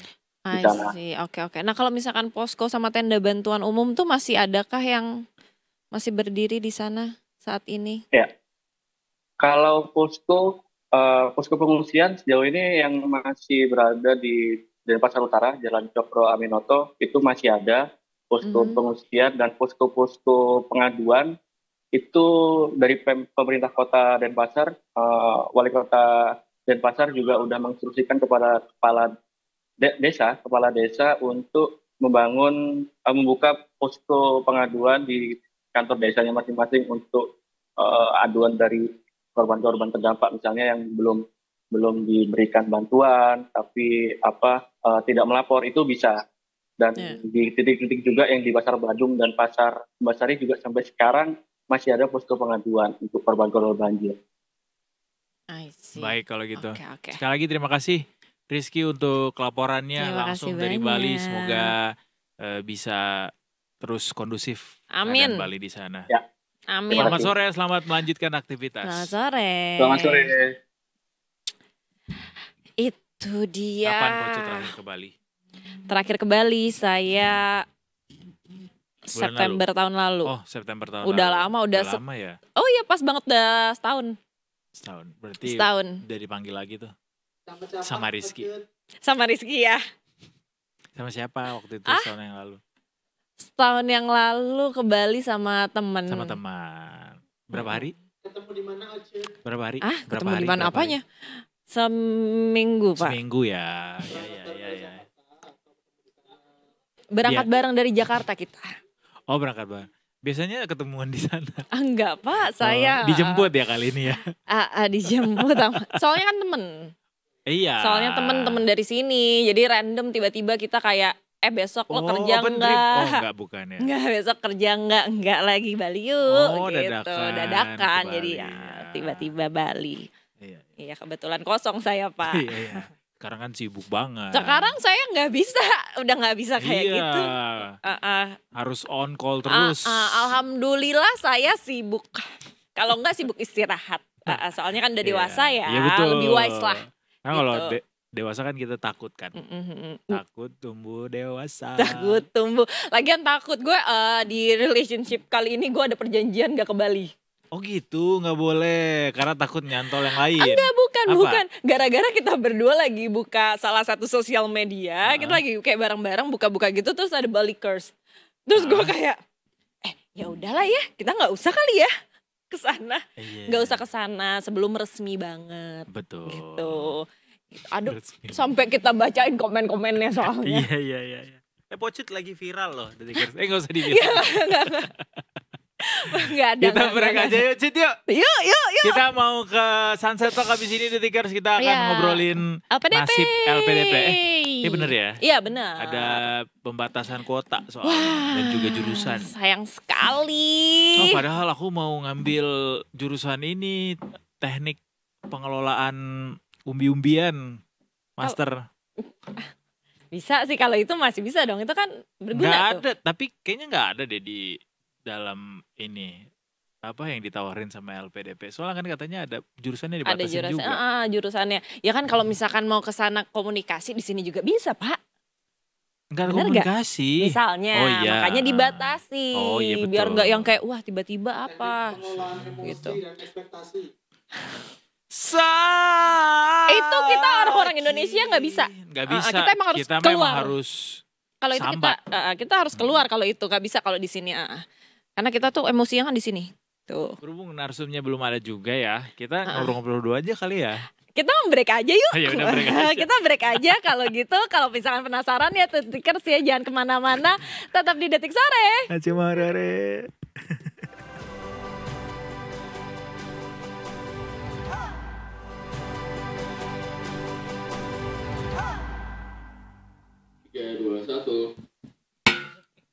Masih di Detik Sore, gak cuma hore-hore. Hore-hore.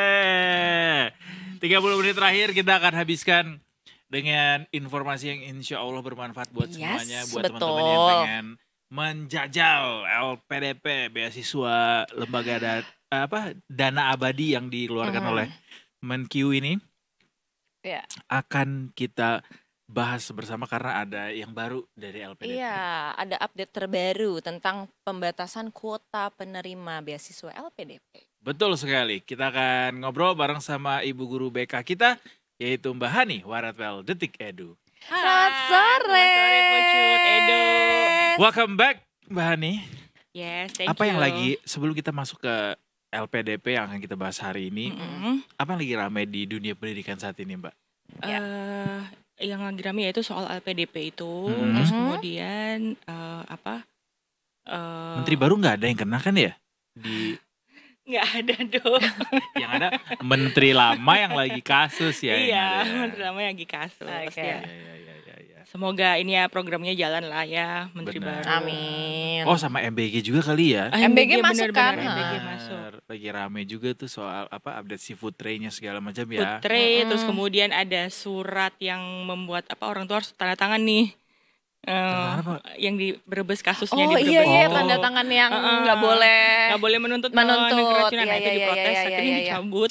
Iyalah, masa kalau anak keracunan nggak boleh dituntut ya? Iya, jujur itu kayak nggak Itu mah boleh. namanya menjerumus karena lagi keracunan. Jangan, Enggak, jangan. ada jawaban. Kalau misalkan, kenapa gue jadi gosip banget?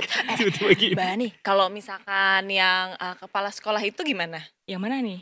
Oh, Itu. yang di Prabu Muli ya. Itu gimana tuh ceritanya? Kenapa jadi kan nggak apa-apa ya, ini kan Iya, pendidikan tapi gosip soalnya. banget Iya, sih. iya, iya. Kan ini kan bentukannya, pendidikan. iya, Nah, iya. itu gimana jadinya? Ditegur, kan kepala sekolahnya tuh negur karena Sama bawa gini mobil. lagi. Gara-gara namanya juga Gosip ibu-ibu. gitu ya.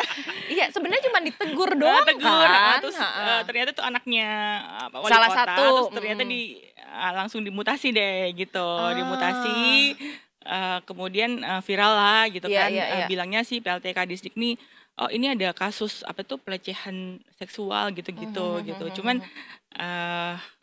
akhirnya setelah viral katanya nggak jadi nggak jadi dimutasi gitu. Oh iya. Soalnya agak sedih liatnya, kayak gue gak ngerti Iya. anak-anaknya menangis tapi Iya, berkumpul gitu kalau ada loh. kasus tuh nggak mungkin kayak gitu kan. Maksudnya Iya, kalau iya, kayak iya. kepala sekolahnya tuh berkasus, nggak mungkin anak didiknya itu saking respect gitu Iya, banget gitu. iya, pasti kan anak-anak didiknya kayak tuh kan, gitu kan. Bukan yang kayak, Pak hati-hati di jalan ya, gitu loh. Kirain tadi ngomongin soal dosen yang pura-pura acting terjatuh kemarin yang sempat viral itu. Enggak ya, beda. Ini berbeda, Beda, Pak.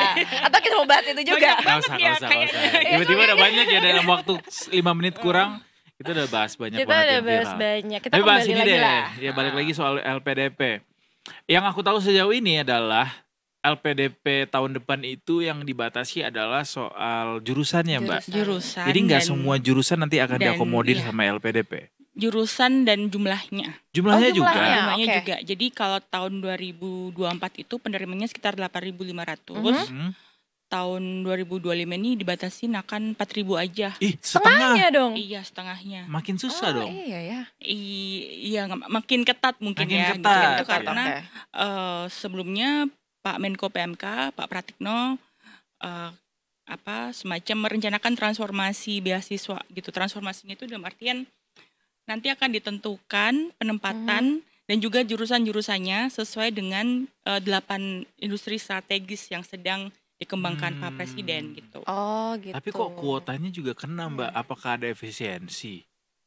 Enggak, kalau LPDP ini kan dana abadi, jadi dia Betul. tidak kena efisiensi, Dok. Harusnya nggak kena Nggak kena efisiensi. Mungkin Tapi kenapa jadi dievaluasi dulu ya, tepat guna apa enggak gitu loh. Kan ada yang sangat advance ilmunya tapi ternyata industrinya nggak menunjang di dalam negeri Buat gitu. Indonesia, Akhirnya ya. dia nggak balik. Ataupun kalau misalnya balik nggak bisa punya kerjaan yang Iya apa, iya iya. Hmm. Yang gajinya Banyak nggak tuh. oke gitu, padahal udah sekolah mahal-mahal gitu kan. Oh gitu. Oh, Iya. oke. Nah, kalau anggarannya berapa untuk tahun ini? Anggarannya tahun ini.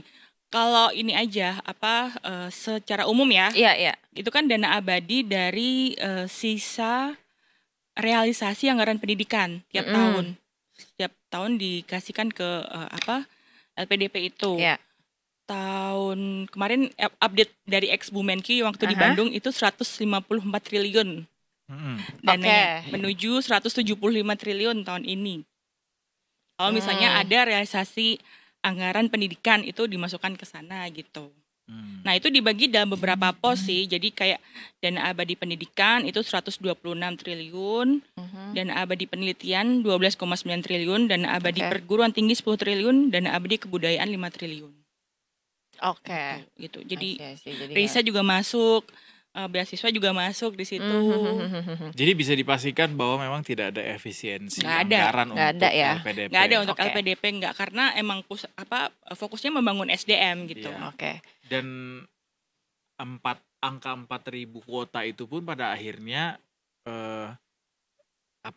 bagian dari strateginya Iya, pemerintah, strateginya pemerintah. yang artinya belum tentu tahun depan akan tetap segitu, bisa jadi Iya, bisa jadi banyak lebih lagi. banyak banyak. lagi. Ini Oh, katanya oke. sampai 2026, nanti 2027 nanti akan banyak lagi. Jadi mungkin akan ditentukan ini kerjasama dengan Kemendikti, Kemendikdasmen sama Kemenak. Itu nanti program apa saja sih yang diprioritaskan gitu. Fokusnya sih ke STEM ya. Iya, STEM dan iya. 8 industri itu kayak pertahanan, transportasi, telco, digital kreatif, maritim, pangan, kesehatan, energi. Nah, Itu berarti energi dasar. jurusan yang diperbolehkan menerima beasiswa Iya, LPDP yang berkaitan dengan 8 industri itu. Iya. Atau kayak cuman prioritas aja tapi sebenarnya yang lain masih boleh tapi kuotanya dikit gitu. Kayaknya sih prioritas ya. Kayaknya pengen ngebut Oke. ini. Jadi bukan yang kayak cuman boleh itu gitu.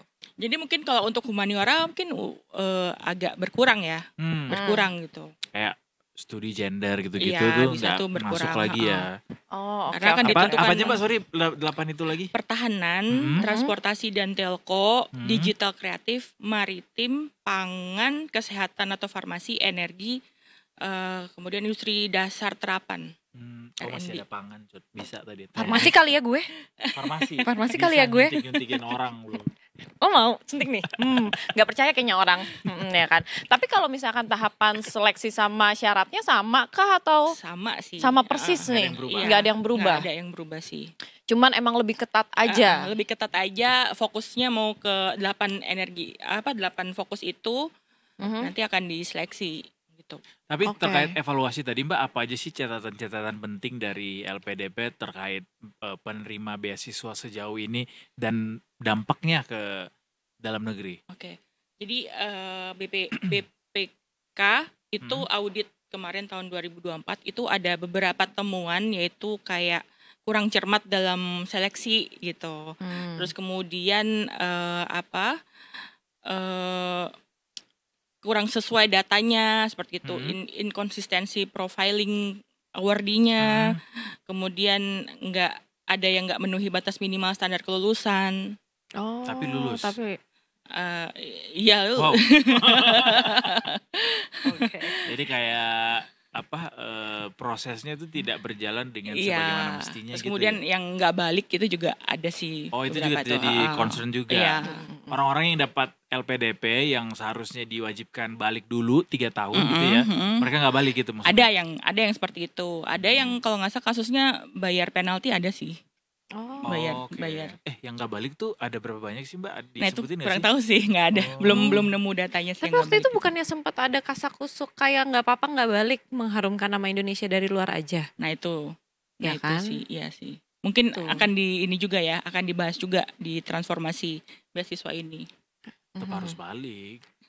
Tapi kalau menurut gue kalau bisa mengharumkan nama Indonesia dari luar tapi emang bagus banget kenapa enggak? Tapi kalau dia menjustifikasi dengan itu, ya apa bentuk mengharumkannya dulu itu bisa dibicarakan sih kayaknya ya Mbak ya. Tapi Masih kalau bisa dikomunikasikan ya. aturannya kan memang aturannya adalah kalau memang mereka sudah selesai balik dulu mengabdi 3 tahun, baru setelah itu mau kemana bebas deh Iya. gitu ya.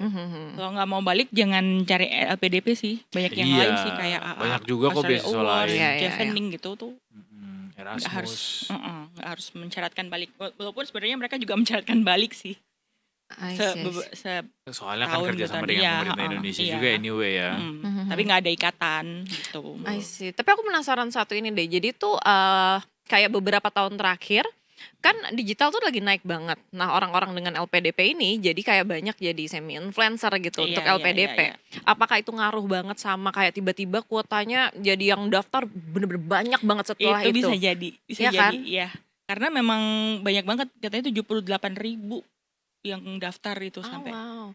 diterimanya cuma 4.000 tahun ini. Iya. Iya. Itu karena memang pengaruh influencer itu kan juga mereka yang nerima LPDP juga mungkin ada tanggung jawab untuk nyampein ilmu ya. Jadi Biar mereka orang-orang bikin makin banyak yang makin mau, banyak jadi yang mau dan seleksinya juga makin wawasan banyak sekolah di luar negeri itu kayak apa gitu. Iya. Iya bener. Gue kan nge-follow salah satunya kayak enak banget kehidupannya. ya. Kan jadi Enak pingin. lah, kan pendidikan itu elevate our life supposed to be. Betul kan jadi ingin. Iya, Keinginan just jadi emang lebih itu yang harus 80% dilakukan.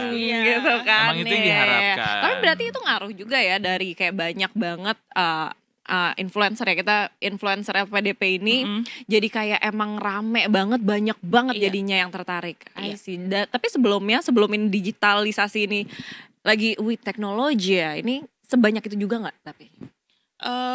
Meningkat dari tahun ke tahun sih. Dari oke.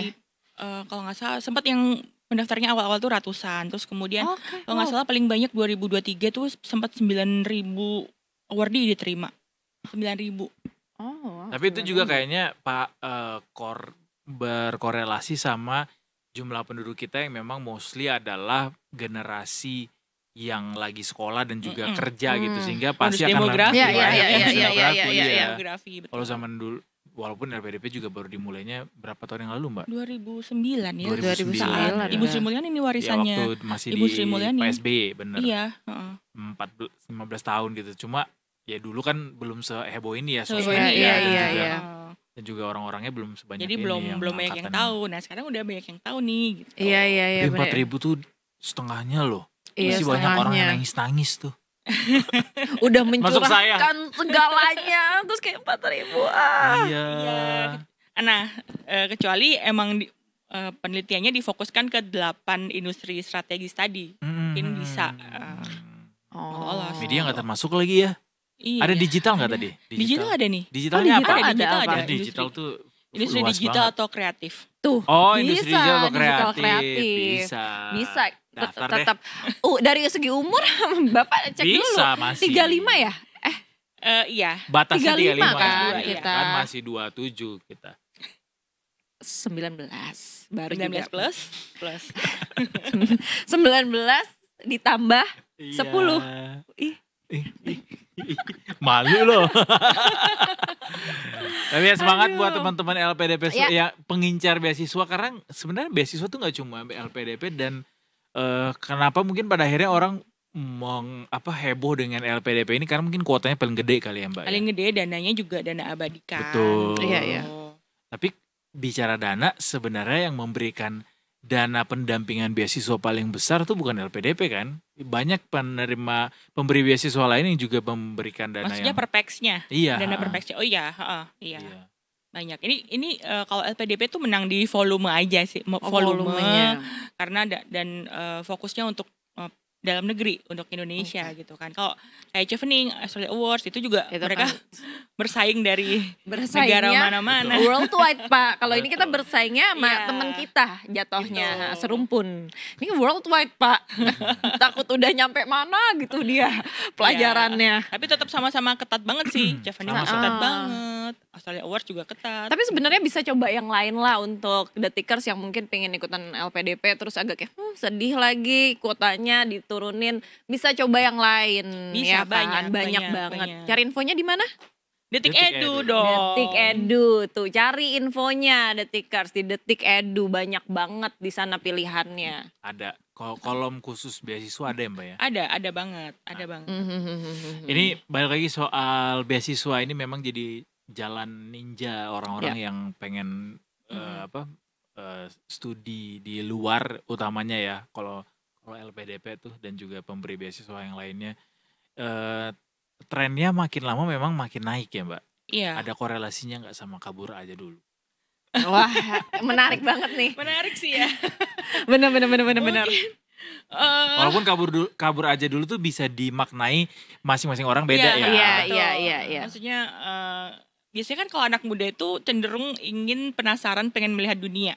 Ya Betul, kan? setuju. Tuh, jadi ya rasa penasarannya anak muda itu aja sih udah pengen kabur. Aku juga umur segitu pengen kabur. Maksudnya bukan pengen kabur karena di sini nggak enak, tapi aku tuh pengen tahu Pengen dunia lihat itu kayak dunia gimana ya. sih gitu. Negara ini kayak gimana begitu sih. Nggak usah pas remaja, sekarang juga pingin Mbak. Iya. Masalahnya kan nggak usah pas remaja, sekarang juga pingin. Kalau besok ayo. Iya. kan? Kalau ada duitnya. Benar. Nah ini kan kalau misalnya beasiswa kita bisa di sana nggak cuman belajar tapi juga mendalami kehidupan di suatu negara itu kan. Iya. Betul. Beda kalau misalnya kuliah ini di Harvard tapi online, beda dong. Beda, Ya kan? benar. Benar. Nggak bisa, Setuju, experience-nya setuju. beda, experience-nya nggak dapet gitu. Setuju Ada sih. aturan tambahan yang baru nggak sih dari LPDP terkait penerimaan beasiswa di tahun selanjutnya? Nggak ada sih, hanya itu aja sih, pengkhususan pada 8 industri strategis sedang disusun ini aturannya. Jadi cuman pengkhususan itu Iya, aja. di- Secara aturan tidak ada tambahan yang nggak. baru. Diprioritasin aja untuk itu yang studinya ke 8 industri itu tadi. Karena setahu kan waktu LPDP sempat ribut-ribut, ada mahasiswanya yang nggak balik lah, atau ada yang memanfaatkan LPDP lah, yang akhirnya tidak terlaksana dengan output yang sesuai dengan yang diinginkan sama pemerintah gitu. Itu kemana sih akhirnya muara resolusi kasusnya, Mbak? Kayak kemarin kan soal bagaimana yang di luar tuh banyak nggak balik gitu kan? Ya itu salah Nggak banyak satunya. sih, beberapa mungkin ya. Iya oke. Banyak tuh kayaknya Kayaknya sangat Kayaknya mayoritas lebih gitu dari ya. setengahnya kalau benar-benar. banyak, beberapa. ada yang nggak balik. Ada yang nggak balik gitu. Itu jadinya dibikin ada aturan tambahan nggak untuk menyiasati Itu tuh belum ada sih. Itu mungkin juga akan termasuk dalam strategi transformasi dan evaluasi ini. Oke. Gitu. Karena kan penaltinya juga lumayan gede kan Lumayan. untuk Iya. kalau nggak balik gitu. 1 miliar apa ya satu orang? Nah, termasuk kemarin yang Veronica Koman juga kan kena kan. Iya. Akhirnya dibalikin semuanya. Kurang tahu infonya ada sponsor yang Membayarkan. membayarkan. Iya. Ya sih. Oke. LPDP tahun ini sudah dibuka belum yang tahap terakhir untuk tahun ini, yang tahap 2 ya? Udah sedang ongoing. Oke. Kan dia pembukanya ada 2 tahap ya. Iya. Yang semester 1 itu biasanya buka Januari. Awal tahun ya. Semester 2 itu biasanya bukanya Juni-Juli. Berarti udah Sekarang tutup sudah- nih ya. Udah. Udah ongoing, proses selanjutnya ya. Sudah ongoing proses selanjutnya. Berarti buat gitu. teman-teman yang mau daftar lagi LPDP itu Tunggu bisanya nunggu tahun- Januari. Januari. Dan itu bentar udah berlaku lagi. tuh ya yang si 8 Iya, jurusan ini ya. perhatikan esainya, perhatikan pilihan studinya gitu. Oh iya, itu berarti kalau mau bikin esai itu kalau bisa yang menarik untuk 8 industri ini ya. Iya, betul. Ya apa nanti kira-kira implementasinya untuk Di Indonesia. di Indonesia terkait 8 industri ini. Iya, aku mah jago. Jago ya. Tapi aku penasarannya 8 sektor ini yang jadi prioritas kalau di Indonesia sendiri rame nggak sih? Maksudnya untuk belajar di dalam negerinya. Maksudnya untuk Kayak jurusan-jurusannya. Itu banyak nggak? Pilihannya. Pilihannya. Orang-orangnya kah udah banyak sebenarnya dengan sarjana yang udah ngerti sebenarnya. Atau minatnya cukup tinggi kah untuk 8 industri itu? tinggi sih sebenarnya. Kalau pangan tuh sebenarnya pertanian gitu kan juga banyak Iya. tapi mungkin butuh upgrade ilmu, upgrade teknologi gitu kan. Terus kemudian kayak industri pertahanan di sini kurang sih. Kalau industri pertahanan harus keluar sih. Iya, kalau industri pertahanan. Untuk belajarnya Untuk ya. belajarnya. Harus keluar. Oh, oke. Dan rasa-rasanya juga 8 industri ini masih terbuka lebar gitu untuk kita pilihnya yang jurusan mana satu. Iya. Karena ini gede banget, satu industri aja tuh bisa merangkap Ada banyak beberapa hal ya. gitu. Dan sebenarnya bagus juga sih ketika ini dibikin di 8 industri, jadi ya Fokus outputnya ya. akan lebih ke Terfokus. fokus ya, outputnya akan lebih Iya. terukur gitu.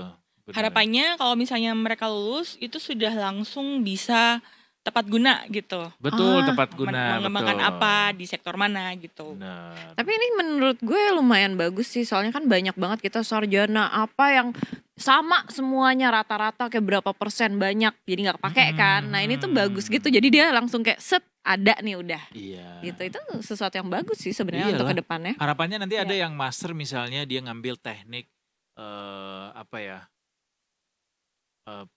di bidang peternakan sapi misalnya. Iya, Jadi dia iya. bisa bawa ke sini tuh gimana caranya kita biar bisa swasembada sapi Iya, misalnya, iya. atau bisa Benar-benar. mengembangkan spesies ya ininya ya, bukan spesies. Spesies jenis. Apa? Iya jenis. jenis baru untuk bukan jenis baru, Tanaman. jenis-jenis hewan yang tadinya bisa cuma berkembang biak di Eropa dan sekitarnya. Betul. Misalnya sapi limusin misalnya kita bisa Iya, kembangkan iya, di iya, sini. iya. Termasuk yang lain-lain juga dalam industri-industri yang lain Iya, juga. iya. Makanya ini adalah sesuatu yang positif ya. Iya, Iya. masih ada kesempatan lah banyak lah Ya. untuk kita. Cuma ya 4.000. Coba dikulik-kulik dipersiapkan 4.000. dari sekarang kira-kira bisa kita teman-teman bisa. mau ngarah dari 8 ini Bisa. kemana nih gitu. Bisa. Cari Cuma ya kampusnya itu kenapa mana. harus 4.000 sih Pak? Tambahlah lagi. Banyak banget ini masyarakat Indonesia 4.000. Tapi kan jadi suatu kebanggaan kalau misalkan kayak lo salah satu dari 4.000 itu, kebayang nggak Iya bangganya? dia bikin 12.000 juga, gue tetap bangga di antara 270 juta masyarakat Indonesia. Iya juga ya, cuman kan boleh lah lebih bangga karena ini ketat banget lo, bayangin Dok. Terharu Iya, nggak? bayang, Menangis nggak Detikers kalau Tapi ini ya terjadi? Jangan sedih kalau nggak bisa lolos LPDP karena masih banyak Banyak banget sih peluang. Yes. pintu-pintu lainnya. Pasti Iya. ada Mahasiswa. pokoknya. Selagi itu ada kemauan pasti ada jalannya. Jadi tenang aja Detikers. Bijak Betul. banget lu gue lihat hari ini. Ya udah Apa sih rahasianya? rahasianya. Rahasia. Rahasia para Namanya juga bintang. rahasia, masa di spill. Ya. Aduh begitu ya. Oke, kalau gitu info beasiswa tinggal dipantau aja Detikers. Yap. Termasuk yang lain-lain juga dari Detik Edu akan selalu senantiasa mengabarkan gitu ya. Ya. Termasuk juga nanti informasi-informasi menarik di dunia pendidikan. Silakan langsung menuju ke Detik, Detik Edu. Edu. Jangan lupa ya Detikers baca Detik Edu. Baca Wah Detik Edu. bagus nih. Jangan lupa ya Detikers, bener-bener Atau iklan. ada campaign yang ingin dipromosikan oleh Iya, Detik Edu silakan, atau Baca Detik Edu liputan-liputan. nanti perkembangannya ada di sana. Nah, Oh iya ya, pokoknya kalau misalkan masalah pendidikan langsung Detik Edu ada semua. Apalagi yang mau daftar-daftar apa? Beasiswa, wah, Beasiswa banyak ya, aman Banyak. ya. Semuanya lengkap ya, lengkap. luar biasa. lowongan kerja dong, lowongan kerja. Ada dong. Oh ada ya? Ada dong. Oh, bersaing kita lowongan kerja. berarti. Kan Di Detik Edu bisa, di Detik Finance bisa. Kita Nggak apa-apa, biar sinergi. dewasa muda iya. Iya, benar. Biar banyak pilihannya. Iya dong. Lowongan kerja sama Ya kan? magang nih ya. Oh iya Magang magang. ada ya? Ada. Bentar Pak, soal magang dikit. Yang buat fresh graduate yang gajinya sesuai dengan UMP itu udah ada update belum? Ya itu kan dari Menko. Betul, yang Menko baru. Perekonomian, Hmm. iya kan? Nggak, maksudnya- 20.000 apa ya? Soal Iya. itu nanti akan diimplementasikan mulai Mulai kapan? bulan depan. Bulan depan udah mulai ya? Bulan Oktober depan. ya berarti ya.